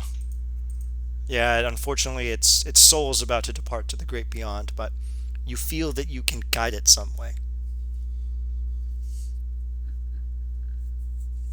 Since it did technically die, from its dust, a little flame appears that Ponike pulls up into herself. Okay, you're gonna heal. Yeah, I'm gonna heal 2d10 plus charisma. Yeah, go ahead. Alright, well. Actually, these Hell came to this place where the tank currently is. How heavy is that tank? Oh god, I think they weigh like 6,000 pounds. Can I shove it out of the way to get out of that big platform in the center? Yeah. I'm gonna shove it out of the way. All right. Since we had previously communed with Hell in this location, so it should have a closer connection to her. Oh, I like this. All right, go ahead. I am going to go to the center of the room. I am going to draw the, I think that's a big nut, the Norse symbol that I always draw. It's 3 interlocking triangles. All right. I'm going to sit myself dead center. I am going to look over at Ponike and nod, hoping that she knows what the hell I always do with this shit. The sigil ignites on fire. Cute. Good. And as I am standing within the flames, I am going to beseech Hell to spare this creature from its curse and take it into her. All right. I'm going to need everyone who swore fealty to Hell, which is everyone except Silas, to enter the circle. You feel drawn to it. Oh, and Silas and Ponike just kind of hang out like, damn. Yeah. Oh yeah, Ponike was not there. All right, so Milo and Belfin, will you enter the circle and respond to your mistress's call? Not that you will request my presence, no, but who am I to refuse the ladies' dance? You feel the room go cold and dark. It grows Ponike will silent. enter the circle regardless. You also see it go cold and dark. And Silas Silas, is cool where he is. Silas, you hear a voice in your head go, "Oh, but my darling Silas, the dark is cold. Come to the warmth of the light." Okay. You step forward, and the room goes cold and dark, except for the warmth around the runes and the fire. And above you comes down sacred hands that scoop the soul of the child, and there is a faint tug upon the umbilical cord, and Asger feels himself move ever so slightly. But then the hands lay the child down upon its own ashes, grab the cord, twist, and pull, severing the connection. Actually, wait, no, I'm going to go back a little bit. You see the cord wrapped taut between the two fingers, and it remains taut. And it stands there, floating ominously, almost asking as if someone would cut it. And Milo, you feel that that is your call. Find All it. right. Get it. Yeah, Come on, Papa. Milo's gonna withdraw his whip from his wrist and just slash down at it. Your whip lashes out, deftly slicing it, and Asger, you feel a faint weight lifted from you. The hands course around the child, and the hands come closer, and they form the visage of hell. Thank you for this new ward, my chosen. You have done well. Such children of the old are rare. I shall keep him, and I shall raise him, and when the time comes, perhaps his soul will know what it means to itself and to you all. Do you wish to say goodbye?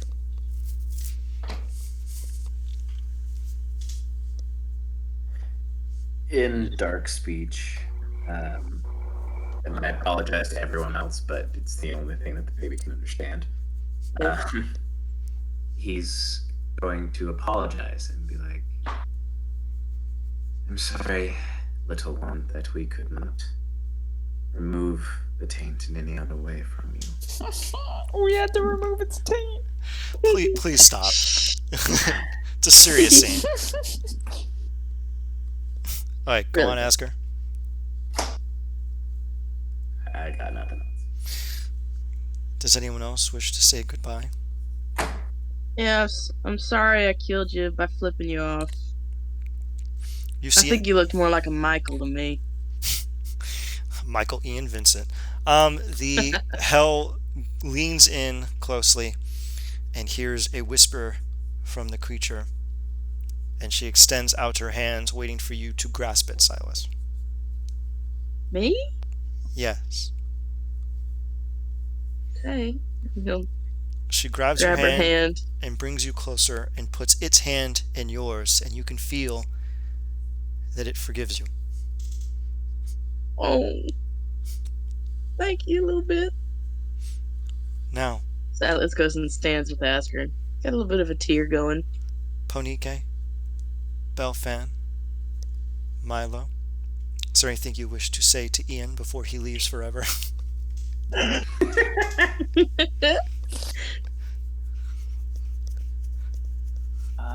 Yeah, I guess. Same Hey, thing with Frosty. Silas. Sorry for having a hand in killing you, I guess. She extends out her hand. Do you take it? Ponike is like kind of like this is the goddess of death. Like she doesn't. Ponike has died 1,000 times and never met this woman, so she's like super duper concerned about what's about to happen. So she like very nervously grabs Hell's hand. for a brief. Actually, give me a charisma saving throw with advantage. Actually, no. Give me a wisdom saving throw with advantage. Okay. Let me open my character sheet. My character sheet. Karate. 15.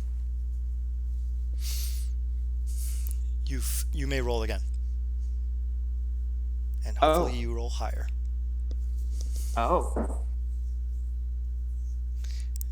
You feel something within you, Easter. Well, there goes that. All right, so No. 15. the first time you grab Hel's hand, you feel a surge as she reconciles your innumerable deaths, your innumerable forms into a single consciousness, and the wisdom of thousands of lifetimes begins to align, like if you were to stare upon the heavens and look upon the stars and path their movement, so your body through space and time is a constellation bringing meaning to yourself and others.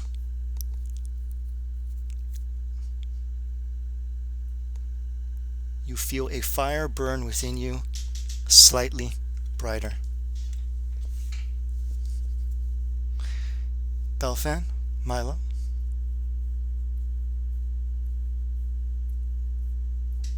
Milo, would you like to go, or shall I? You go ahead first.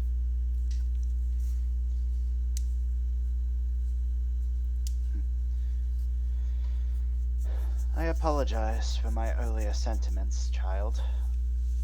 I hope you may find peace in the afterlife. Hel extends her hand. I reach and I gently grasp it.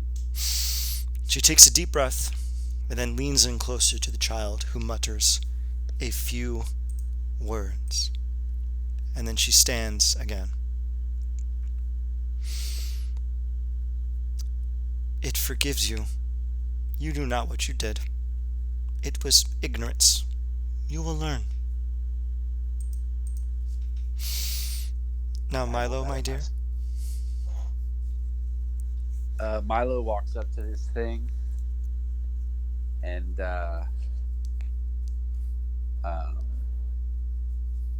extends his wrist tendril over to kind of like lift up the bottom of its chin. Mm-hmm. And he says, best of luck, thing.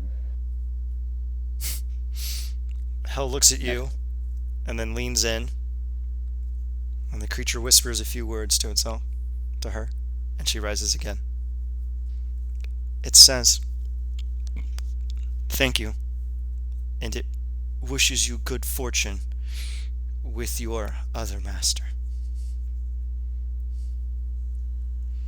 Now I shall take him. Good day, my faithful. I shall see you where I dwell eternal.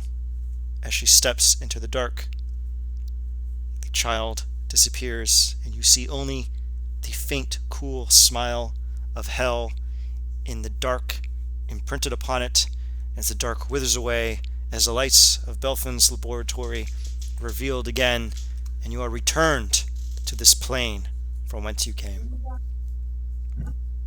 Panike falls to her knees, coughs up some blood onto the floor that kind of sizzles like hot oil, Oh, sick. Nice.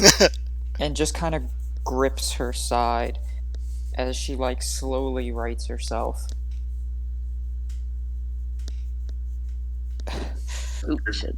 Slowly walks over as you're getting up and offers you like a forearm help pick you up. She accepts it, and as she stands, she goes, I wish not to. I don't think I want to interact with her again. Oh, she's rude. Well, For one whose only wish is to no longer exist, you don't wish to interact with the Queen of the Dead. Well, Are you shy? Trust me, I get it.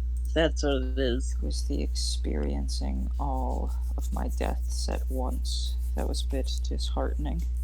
Uh, That would make sense, yes. yeah, I haven't done that. Yeah, okay. Well, Asger, you ever get a sense of when she's coming? You give it old Ponike a heads up. I can do my best, but occasionally the mistress likes to, how do you say, drop in unexpectedly. As Mm-hmm. at one time we went into the house the other day, and the person who I went in to save, eyes rolled backwards, and then all of a sudden she was there in my lap. It's a Huh. nice experience. Yeah. Well, it was nice to see her again. I didn't know she's doing okay. Poor Ian. Well, I mean, fuck that guy, but I feel bad. Would anyone like to have a toast to commiserate our fallen creature? Yeah. Our little bastard baby abomination. Hey, Asger Our little reaches in- freak of nature. hey. reaches into his overcoat and pulls out the really nice alcohol that he has. Not the vision alcohol, but the other one. And he goes, "Well, this would work, yes." Let's do it somewhere else. This is hardly Yeah, the his- right locale for this sort His of his misery. his Yeah, dust, Dust is his everywhere. dust is still on the floor. It's just blowing around and shit. He's just like walking around. We gotta get somebody to come in and pick our son up. Does Belfin not have a Roomba? Invent actually- the Roomba, Dolphin. Suddenly out pops like an arcane Roomba. I like it. I like it. Arcane Roomba. That should be a spell. It is now.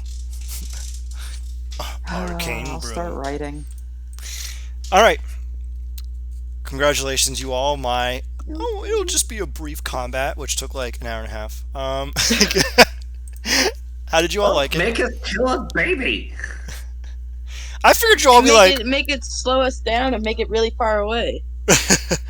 hey, I allowed And you all the also cheese. give it just an unholy amount of fucking hit points. It was undead. I'm kind of shocked none of you went radiant damage. Maybe radiant damage. Like, okay. I have no radiant damage. You have I mean, your as consuming As a radiance. zealot barbarian, that extra 1d6 you deal, you can choose for it to be radiant. No, you have to choose it at the very beginning of creating your character, and then it is that damage type from then forward. Really? I thought it was. Huh? It's interesting. Rest or something. All right. It's about 9:50. Do we want to do one tiny role play and then close out the session? Sure. Hell yeah. That sounds great. Okay. I actually wrote like small vignettes for all of you. You each actually got 2. Technically, they're only about 5 to 10 minutes apiece, so we could all do one and wrap up in 30. Do we want to try that? Yes. Hell Okay. yeah. All right. Let me see here. I actually wrote down a little thing to determine who gets to go first. I actually wrote down what to do here. Mind Fury, the extra damage is necrotic or radiant. You choose the type of damage when you gain this feature. Okay, everyone roll me a D100. Huh, interesting. So you have to pick it when you start. That's a bit of a cramp on things. I added a What? macro. What the hell? Why is this going in order? Cramp on. I swear to God, What- oh my what- God, no way! Oh, I swear to God, Cyrus, you better go below 38 or I'm gonna be pissed. I swear to God, I'm gonna be pissed. 100. Dude, oh my God, no way! That's Whoa. Is it in like perfect order? it is! Okay, Mhm. okay, Ponike. And then it's 94, 84, 64. Yeah, that's neat. Ponike, I imagine that you all decide to go for a walk around town, correct? To stretch your legs and kind of see how everyone's doing after a giant baby nearly killed us all, right? Why not? Okay. As you're walking around, you notice that a chic restaurant is fixing its windows and offering a discount on its hot, spicy food. What do you think of that? Hmm. Shall we? Oh, some dinner sounds lovely right now. Anyone care to have a councilary dinner to commemorate Ian? Shit. I don't care who dies as long as I get to eat. Well, let's go. You enter in, and the maitre d' is like, "Hello, how can I help you? Oh my word, Oh my the God. counselors! Please come in. The finest table for you." There's actually a bunch of rich merchants eating at a table, and you see him go, kind of mumble under his breath, "Get the fuck out of here! We're all gonna die." And they're like, "Yeah, you're right. I have to go see my wife. Bye." And they all just get up. And the maitre d' just prestidigitates all of the garbage and everything off the table. Everything is sparkling clean again. And he's like, "Please, counselors, have a seat." And he's like, "Now, we simply prepare whatever our diners care for. We have the finest chefs in the entirety of Pelargo Zargoon. What would you all like? How about you, Counseloress Ponike? You first, since you had the grace of entering our establishment." Oh, spiced mushroom curry, please. "Of course, immediately. Now, how about you, Belfin, the artificer? What would you like? Some kind of construction?" Belfan looks very unamused from that. You see him like doing like a cut it out gesture from behind his hand, and you see some chefs bringing out a robot, and he's like, "No, he doesn't want it. He doesn't want it." He's gonna fucking make us feel like a hibachi. Yeah. Okay. So, what would you like, counselor? Or use the menu. What is available?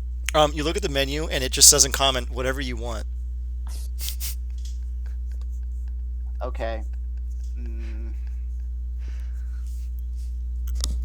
Give me the hottest curry you've got in the house.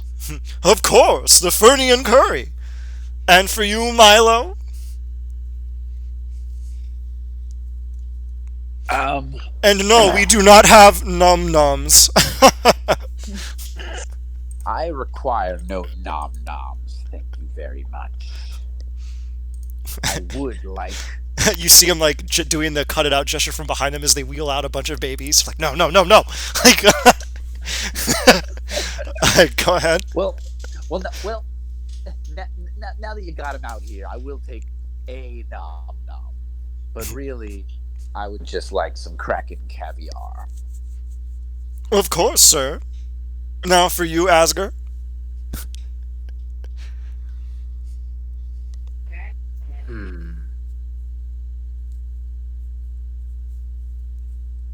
Pork shank. Of course, sir. And for you, Silas? I'm feeling an old favorite of mine. I don't know if you'd be able to pull it off, but you got rat soup. He leans in. Are you a health inspector? I'm hungry, is what I am. Sounds good to me. We'll take care of that right away. Is that soup made of rats? Yes. Yeah. You see him. It's a soup made by a rat, like Ratatouille. You know what it is? It's a rat that's been awakened. As you actually see him open the doors, you'll go here. Francois, where's Francois the rat? We need a rat soup.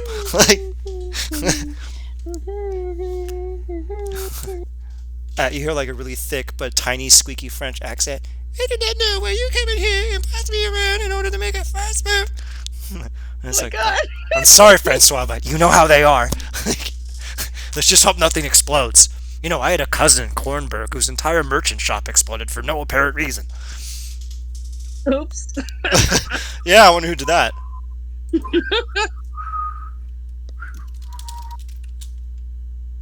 Are you whistling to appear less suspicious? Yes, Exactly. everyone is. Thank you. All right, You just hide behind the menu. all of your dishes, all of your dishes appear: mushroom curry, spicy stew, crack and caviar, the large chops, the the rat soup. There's a small little note in common by the rat chef that says, "My compliments to the person with discriminating taste." You may now dig in. I snort caviar. Oh gosh.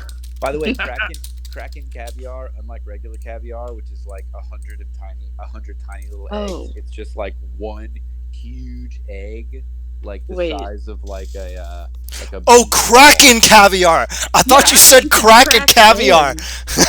No. Although No. Kraken caviar sounds like a great rap album. So Damn. Kraken caviar. okay, Very cool. he actually misheard you and brought you out a small preheated crack pipe with caviar. And it's like, here you go, sir. And you Am look. Okay, take these disgusting fish eggs back. Leave the crack. Come back with Kraken caviar. One big Kraken egg. Of course, sir.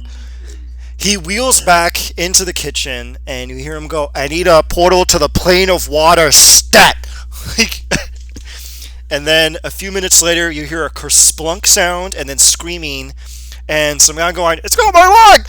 And then the guy emerges wearing your stereotypical New England bright yellow, like fisherman suit, and he goes, "Here's your Kraken caviar, sir." You see, he actually now has a peg leg. He's weathered. Clearly, the time runs different in the plane of water, and he puts it down in front of you. Why'd you spill your beans? Thank you. That will be all. Milo smokes a little crack. All right. Now, Ponike, is there anything you would like to bring up to your compatriots at this fine meal? She doesn't. She won't bring it up. But throughout the meal, Panike will she'll take like a deep sigh and like mumble something under her breath, and she just like keeps like mumbling shit under her breath, and it's just like, Girl, don't talk with your mouth full. beg your pardon. Beg. The hell are you talking about? Oh, I'm sorry. Nothing y'all have to worry about. Well, now that you've said that, I'm worried. I can assure you, y'all don't have to worry about it. Hey, remember when we all got together and you guys were mad at me and I kept telling you that you didn't have to worry about it, and then I ended up telling you what I did? Fine. Thank you. We did this to you, so now you're doing it to me, Cart. Fine. Mm-hmm. When I was discharged from my court-ordered stint in the hospital of Alona, they discharged me with a file, and the 30 years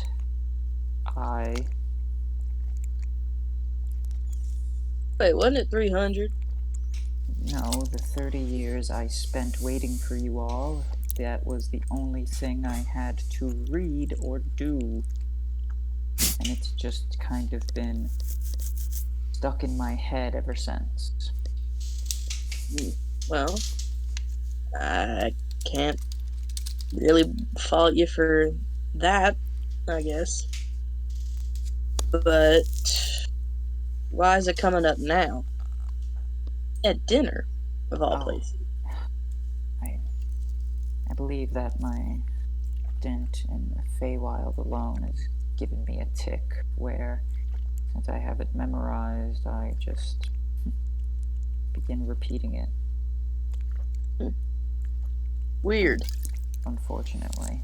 Yeah. Well, I mean, you read the same thing over and over again 30 30 years, you begin to read it without having it in front of you. No, I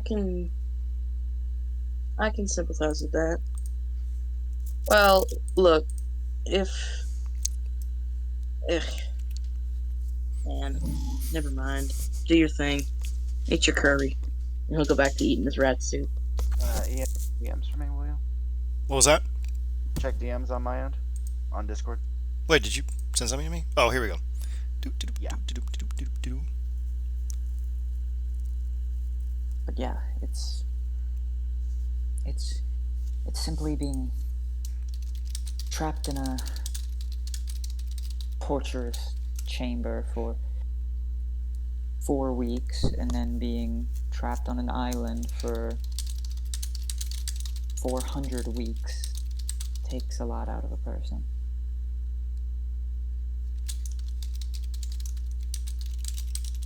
But not to completely change the subject, there is a flyer over there on the other side of the restaurant.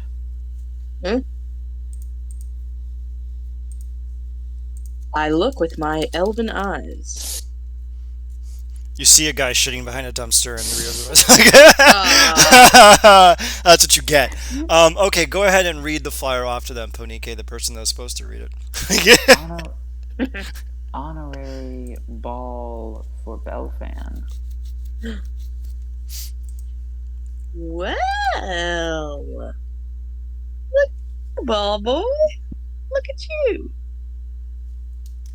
Why the hell are they throwing that for you?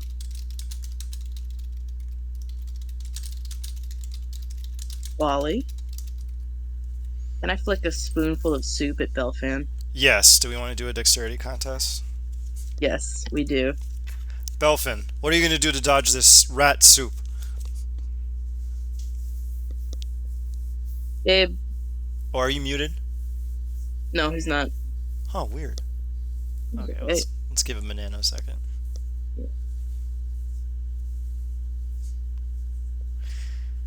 Well, I almost accomplished my life's dream. What? I got Belfin to use half of his flashes of genius before that boss battle, so I didn't have to worry about everyone passing every save. Of course, today there were so many of our saves that were so fucking low. A flash of genius wouldn't have even done anything. I know, like it was the first time it's ever happened. It blew my mind. Like, I was like, I had to make sure the door was shut. You guys are sorry about that. Don't worry about it. Away. Okay. All right, man. You okay? Yeah. Okay. A certain little tiny clown asshole wants to throw soup at you, Belfan. Yeah, just a spoonful.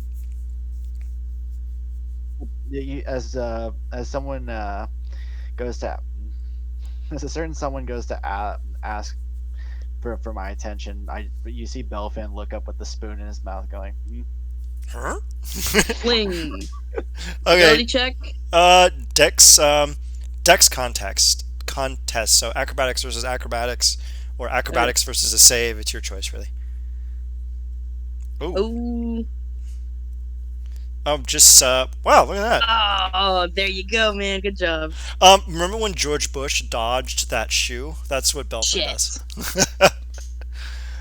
He definitely dives past it, and it splats against the rear window and causes the fire to peel off, float through the air, and land in the center of the table. There you are. Looky there. Some moron wants to throw a party in your honor. I pull the spoon out of my mouth. Well, first of all, it's rude to play with your food. Yeah, I know that. Why do you think I did it? You hear tiny squeaking, angry squeaking coming from the kitchen. It's very good. I prestidigitate the soup off of the flyer.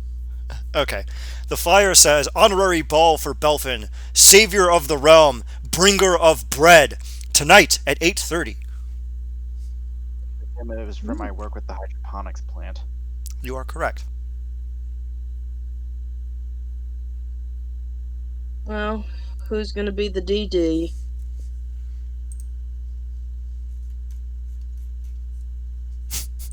You could summon the Tabaxi Taxi. Oh, the Tabaxi Taxi! The designated driver. if we're going to this and I got to dress up for it, I'm gonna drink. That's fine. I'm going to drink since it appears to be in my honor, and I'd be rather ridiculous if for once I didn't drink. Hell yeah, man. Wow. This is going to turn into The Hangover. It's going to be fantastic. Hey, Well- look, we don't have a baby to lose. It's okay. Well, let's get started. And I'll wave over to the The maitre d'. the maitre d'. I was gonna say concierge, but that's our hotel. Yes. You said you have everything, right? Yes. Do you happen to have sassafras? Liquid sassafras? The guy leans in. Hey, are you a fucking cop? You have to tell me if you are a cop. And you see that he completely drops the character he puts on for the rich people. You have to tell me if you're a fucking cop. I look him square. I look him square in the eyes, still in my councilary dress, and I go, "I'm the ruler. I'm one of the 5 rulers of this fucking nation. You'll bring me sassafras. I'll have every fucking cop and food inspector in your fucking kitchen on a daily basis." And he's like, oh Do no. sassafras with me right now to prove you're not a cop. do you want to tell him to do that? Oh dear. He's like, I'll be right back. And you hear him go in the kitchen. You hear him go, Francois, you gotta get the fuck out of here. They're on to you. You don't have papers. Get out, man. Save your kids. Save your family. Like, I'll offer him asylum. you hear some. With me, Francois. You hear some rummaging, and he comes out with a pewter goblet with a single vial in the center of it and sets it down. You see him look around, you hear him snap his fingers, and curtains come over all the windows. The front door locks, a giant steel curtain goes over it, the kitchen door locks, and then all these like various things start shuddering and clamoring and clanging and clawing until the entire place is locked up tighter than a nun's cunt. And then, in one last final... Well, that is one of my favorite phrases. You don't like that one? Come on. God. That just caught me out of nowhere. Damn. And then, the tiny little latch on the swing door between the kitchen and the restaurant goes clink. He's like, all right, but be quick about it. And you see him take the bottle of sassafras, pour it into like a flask, put it in my bag, and then I'll just melt the bottle into just like a puck, cool it off in like a bowl of water that I assume is on like a nearby table. Yes. And then just like pull it out and give it back to the guy. He gives you a nod. There, no evidence. Perfect. Of course. Now, anything else? No, thank you. Shall I warm up your crack pipe, sir? Wait, what? He asks, shall I warm up your crack pipe, sir? Oh no, I've got it handled. And he just produces a little flame in his hand, like a little. He points his pinky finger at the thing, and a little like blowtorch flame comes out. All right, your crack pipe lights up. Is anyone else going to partake in the sassafras? Nah. Yeah, I'll do some sassafras. Milo will do some sassafras. She pours you a shot. She pours me a shot. Do you know if this interacts in a negative way with crack cocaine? You know what? Never mind. Let's just go for it. Belfin, since we're celebrating you, would you like any? I will be right back. 2 seconds. Sure. Don't even act like I'm gone. So Silas is dead. All right, go on. Belfin, would you like to do some drugs? I'm applying sassafras or crack. Sassafras. You see, actually, when you say crack, you see Milo just like hold his crack pipe closer to him, like I'm not sharing. Like, oh no, I'm definitely sharing. Nice. Okay, Asger, do you want to do any sassafras? Super potent liquor. It's a super potent tea made from a fucking herb that is thousands of years old and went extinct. No thanks. All right, go ahead and take it and roll a wisdom saving throw.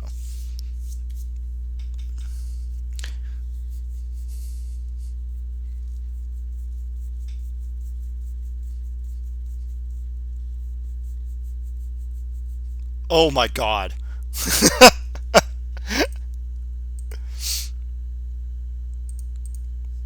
My turn. Oh no. Okay, let's see Milo bringing in, hopefully passing this DC and not instantly dying. Oh God, what is it? A con? It's a wisdom save, so if you don't pass this, I will be shocked. Yeah, I'm not gonna jinx myself, but I got a real good chance of passing. Come on. Nat one. Come on, God. Remember that Why time? can't I can do this? Hold up. Remember that time Can you roll? Belfin got super cocky in that dream and he rolled a 2 Yes. nat ones? Yes, 2 nat ones. It was so good. Oh, look at Oh, you! man. Oh, I know, I'm pretty mad. A 19. If it's I my still rolled an 8 and a 9, but Ian, if it's my spell save DC, a 19 fails. Oh, you were all high as a kite. is Ponike, it like? Did you make this stuff?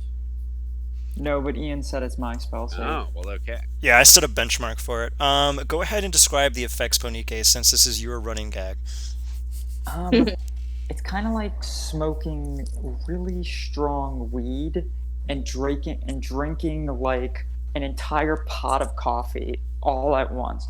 So you're like pretty like it's like smoking a really strong indica and drinking a pot of coffee. So you're like wired where like you have a bunch of energy, like mental energy, and like your mind is like racing and you're having like all these great fucking thoughts, but your body is just fucking like a bag of like sand. All right, now, as you all finish the drug, you see the doors and everything unwind, and out front, you see 2 tabaxis in front of a large carriage. The maitre d' opens up, comes to you all, and says, "I took the courtesy of ordering you a tabaxi taxi." Alright. The cat So cab. everyone else is high. Well, not you and not Asger. Okay, oh, thank God. Wait, did you want to take Alright, some sassafras, bro? No, not me. God, no. Hippie Alright. flipping. Let's herd them on in.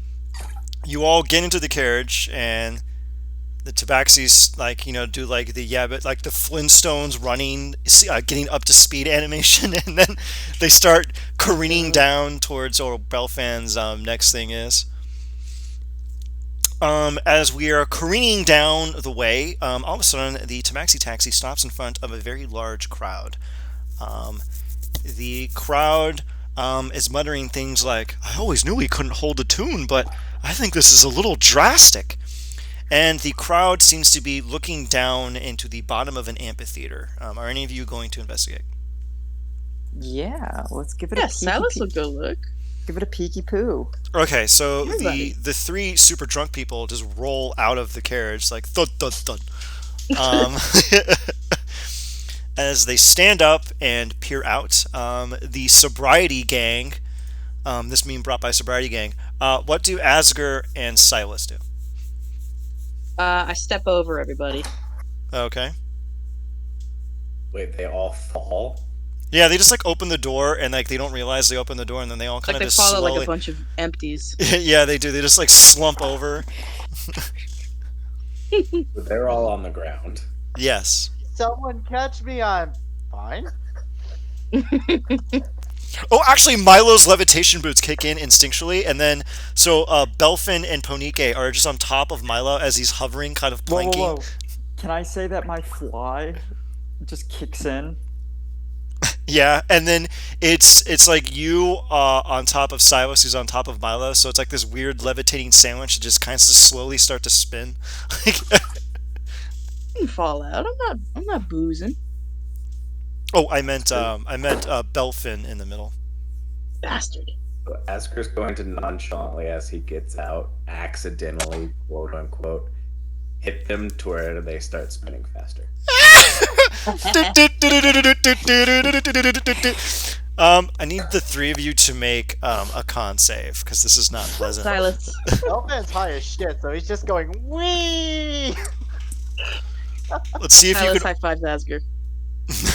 Love it. All right. I'm gonna need. Wow, look at you. Okay, good, good, good. Milo, It's called hippie flipping. that's hilarious. That's actually a shrooms and ecstasy combo. Yeah, Can't remember what it's actually called. hippie flipping is tripping and rolling. Nice. What's Oh What God. save is this? My What con. save? there is a Con. name for it, and I can't remember Ooh. what it's called anymore. Oh, either hippie flipping or candy flipping. I've also heard of that. Okay. Maybe No, maybe no, I'm candy. saying caffeine and weed. Oh, okay. Oh. Okay, Ponike and Belfin, you are fine, but Milo, you have a bit of a bad day, and throw up a little bit of crack and caviar on the ground. Ugh. As you rise to your feet, you look down into the amphitheater, and you determine what the problem is, as does Asger and Silas. There is a statue in the center of the amphitheater, an elven man holding a lyre. Well, he's not holding a truther. I need you to take 100 D100 lightning damage. All right. Do we want to go investigate? Yeah. As Yes. you part your way through the crowd, you start hearing the mumbles like, "I can't believe that guy did it to him." And it's like, yeah, he just turned him straight to stone. Can't believe he did it to him. And you approach and you see that the man is indeed petrified. The only thing of note is his lyre remains non-stone, and you see one faint word in. Here, 1 minute. Let me double check something. Panike like stumbles up to the guy and just kind of like, or like flies over to the guy and just kind of like perches on his shoulder and goes, I guess one extra person is stoned. Jesus, that is really that's pretty good. That's pretty good. That's pretty I gotta admit, that's pretty good. The guy's name is written in Sylvan, which everyone understands. And Wait, not everyone understands. Yeah, Sylvan. just me and Panike. okay, here. Um, Oh, he does too. Asger, you too? Because he can understand every Oh, language. all language. Yeah, okay. Oh. Oh, well, he has get to this. rage to read. He has to rage to read. Yeah. Yeah, it's written. It's not spoken. There we go. All right, here. Ew. Whoops. Oh yeah, well I accidentally sent it to him, so there's that. Ignore that. Pay no attention to the man behind the curtain. I know nothing. All right. Ponike and Silas, you see the man's name written on his lyre. What would you like to do? Where? So who's the badass that turned him into stone? You say this aloud. Yes, I do. It was his rival band member, Amadeus. That's a stupid name.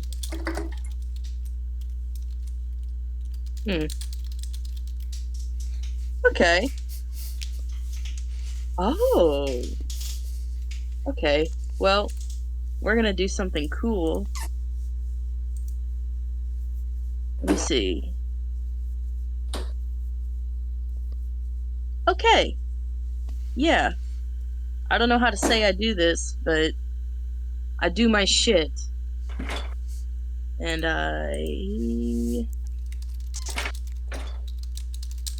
there we go, maybe? I know nullification, the dude. Oh, oops. God almighty. Sorry, Ian. Okay. You may do a. Go ahead and do an intelligence check with advantage. Uh-oh. Oh, wait. I'm kind of smart. Yeah. Pretty smart. Let me double check the level of this spell. Doesn't matter. It's a 22. Oh, yeah, shit, yeah. You start strumming away on your dulcimer, muttering the man's name over and over again, and the stone begins to crack, it begins to quake, and it shatters, and the man is freed. Panike is still perched on his shoulder. Oh, thank goodness. And you hear him like continue the argument he was having. And I'll have you know that an accordion has no place. Where'd he I'm. go? That bastard Amadeus. I'm gonna get him. Oh, you're gonna get him? First it was his insistence on Zydeco, and now... Well, that's all very, very interesting. But, Have you for seen a now, very strong, stout dwarf carrying an entire piano with him at all times? oh my god. I haven't. All right. You see him adjust his belt, kind of brush off the dust off of his body. And he's like, ah, thank you so much. You know, I've heard of a stiff reception, but sometimes it goes a little too far. Hey, look, we all got a rocky start when we're getting out there. He gives you a hearty laugh and slaps you on the back. He's like, I like you. Here. He tucks into his pocket and he slips you a small pamphlet. And it says, Introduction to Elven Song. He Does it say introduction 3 times, but it's spelled Yeah. incorrectly, so it's scratched out? So it's Yeah, it is. Yeah, he's like, I'm not very Introduction. good with Elven. I prefer to write in Sylvan. You know, I believe in the old ways. Did you just slip this into my pocket? You seem like the No. kind to enjoy the arts. He actually puts it in your hand. I was about to say, because that'd be really funny if you just up and did that. Actually, that's what he does. Sure. He folds it neatly and then notices one of the pockets is open and just slides it in. He's like, here's a gift for you, my friend. Well, okay. And, can I get your name, please? It is Kanta. That's a very pretty name. Thank you, Kanta. Alright. Well, Tips. look, nothing wrong with going solo. I did it for a while. Don't be afraid to reach out, I guess. You seem kind of chill. Hey, we're going to a party. Want to come with us? No, I have to go find a dwarf and argue with him about harpsichords over pianos. Silas puts his hand on his shoulder and he goes, well, I wish you all the luck in the world. And I've given him a bardic inspiration to beat his friends out. I love that. Thank you. He drops up his trousers like, hey, you know what? I feel like I can do it this time. I'll show him. Next time I'm going to dodge the piano. That's the key. The key as he walks away. And remember, if he brings up guitars in the argument, just don't fret. That's a good one. All right. The crowd parts. It goes, well, that was anticlimactic. As the crowd parts, my good man Milo, you see a storefront. It seems to be a nondescript storefront, except with your true sight, you see that it is hiding an illusory visage. What would you like to do? Oh. I will approach and see what kind of wares this place has. The exterior says Balthasar's Emporium of Tax Records and Accounting Practices. It is quite possibly the dullest storefront you have ever seen. Excellent. Okay, yeah, I'm going in this bitch. You enter the front door, and to everyone else's perspective, they see a bunch of accountants puttering away and going away and counting and everything like, hello, sir, welcome to the accounting firm. And the door shuts. What does everyone else want to do? I guess follow Milo, since he's just walking into what we perceive as an accounting office. I walk in and I start strumming a little tune. Okay. Ponike, Belfin, Asger. Yeah, like I said, following Milo, because I'm very weirded out by the fact that he's walking into just a plain accounting office. Okay, Asger.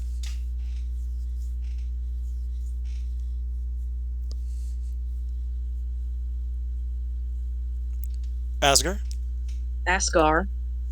Sorry, I was messing with something. What happened? Milo has just walked into an accounting office. Are you going to We're follow in him? H&R Block. Yeah, it's an H&R Block. No. But Block has an E at the end of it because it's fantasy. God. It sees people doing math and goes, no.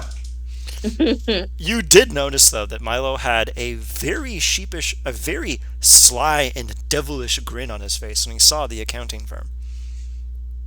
Suspiciously so. And Silas's tails were wagging. Milo turns around and says, "Are you sure you want to go into such a boring place? You know, I'm just really into numbers." Milo, anywhere with you isn't boring. Oh, here, let me show you what it. Let me show you what you see, Milo. I'm going to text it to you. I'm going to send it to you on Le Discord.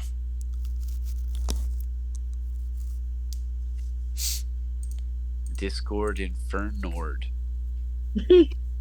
Wait, okay. Dang. Runs into Yeah. Asger. He's still high as shit.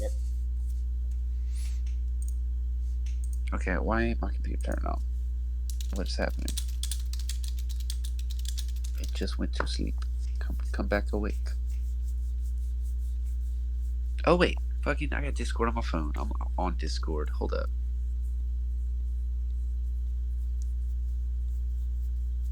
Ooh.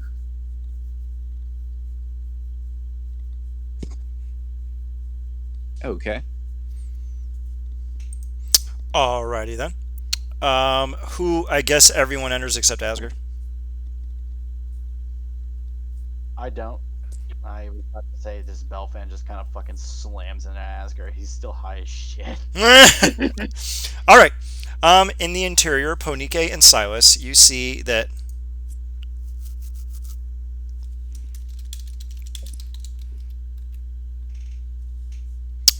Okay, then Asger has to bugger off to take care of his fantasy fiance.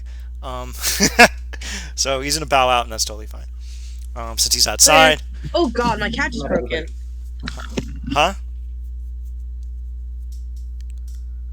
All right. So, Milo, in the interior, you see a rancorous gambling den full of rakshasas and fiends bartering soul coins, eating small children, roasting some guy they just caught in the streets over coals for fun. They're shooting craps. They're playing Russian roulette with a massive gun full of holy water. Everyone's having a gay old time. They look at you and they're like, hey, come on in, man!" like, and it's like, do you don't know whatever comes in here? like, Well. Okay. All right. Haven't seen many of my people around here. So do they? So I'm still in my devil form, but in here I actually go into my true form. yes, and it's totally acceptable. Yeah. So do they? They don't know who I am until I flip this switch. Like, do they immediately recognize me as a Rakshasa? Do they know? Yeah, they go. They're like, "Oh, Milo, you're here. Good. Oh, And- great. Come on in. You know, business has been good. Booming. So many evil creatures around here in this new city. I mean, reams of them. We've been making money hoof over claw. Excellent. Hey, by the way, I think the guys are running a high-stake poker game in the back. I think they wanted you in for some reason. They said you'd show up around now. Kind of weird how they knew that. That is weird how they knew that. Well, not going to look a gift griffin in the mouth. Let's fucking do this, boys. Hey, Belfin, do you want to accidentally stumble through the front door drunk and high? I want him to. Yeah, why not? All of a sudden, you hear the clattering come to a stop as Belfin, Silas, and Ponike manage to arrive at the same time. Record scratch. With him. I was there with him. Oh, sorry. Well, Yeah, I they walked in didn't. playing his theme song. Oh, okay. I also walked in with him. Because you arrived with him, they didn't pay you much mind. They look at you a little wearily, but like, they're with him, oh, they're good with us.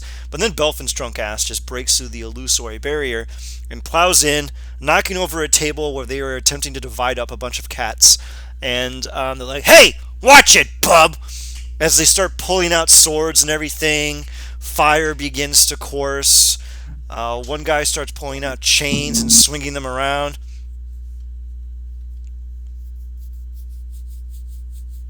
How do you react, Belfin? Belfin? How hilarious would it be if suddenly just like a god of flame just spewed across their faces? It would be very funny, and it would start a riot. You want to do that? I got some poker to play.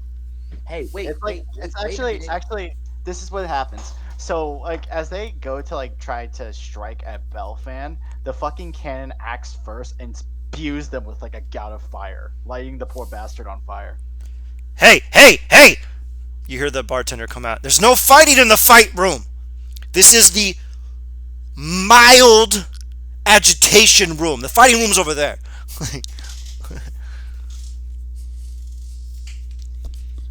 Well, if he didn't walk right into my into range, he wouldn't have gotten spewed. Here I am. That's his Sorry. low goddamn That's fault. fine.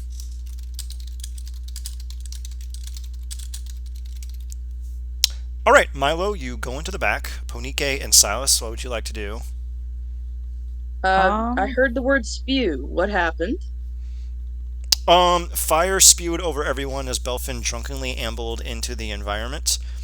It went over all the demons, but the bartender told them to cut it out, so they all cut it out. And Milo gave them a glare as he went into the back room for his game. He gestures for the lot of you to follow. Okay. I will follow. All right. Me too. You enter into the back, and they are doling out chips and everything, and you see a small pile already made with a small placard that says Milo. Would you like to deal them in, Milo, or do you want to play the game with your strange friends as planned?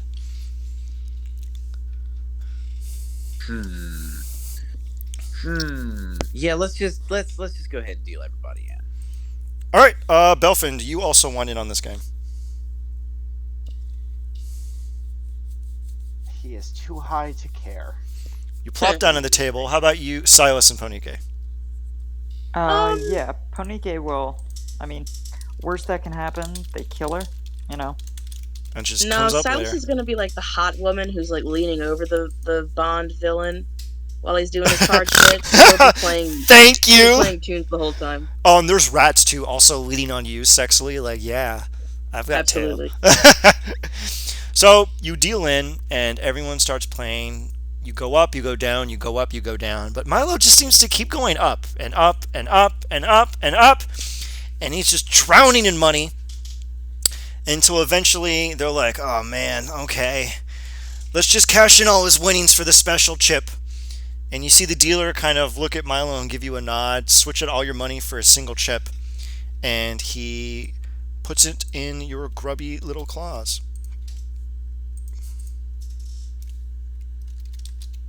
Not grubby. Who licks his hands every day?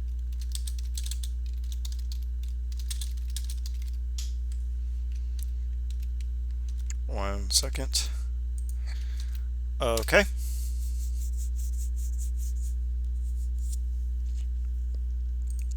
You see Milo grab the chip and kind of think to himself, good. Oh, Andre, are you still there? Yep, still here. All right, perfect. All right, I'm actually going to wrap up right about here. Perfect. Thanks, everybody. Milo just got a little thing. We will continue next session with this and the remaining little quirks. Feel free to send me any curs you have. Thank you all, and good night.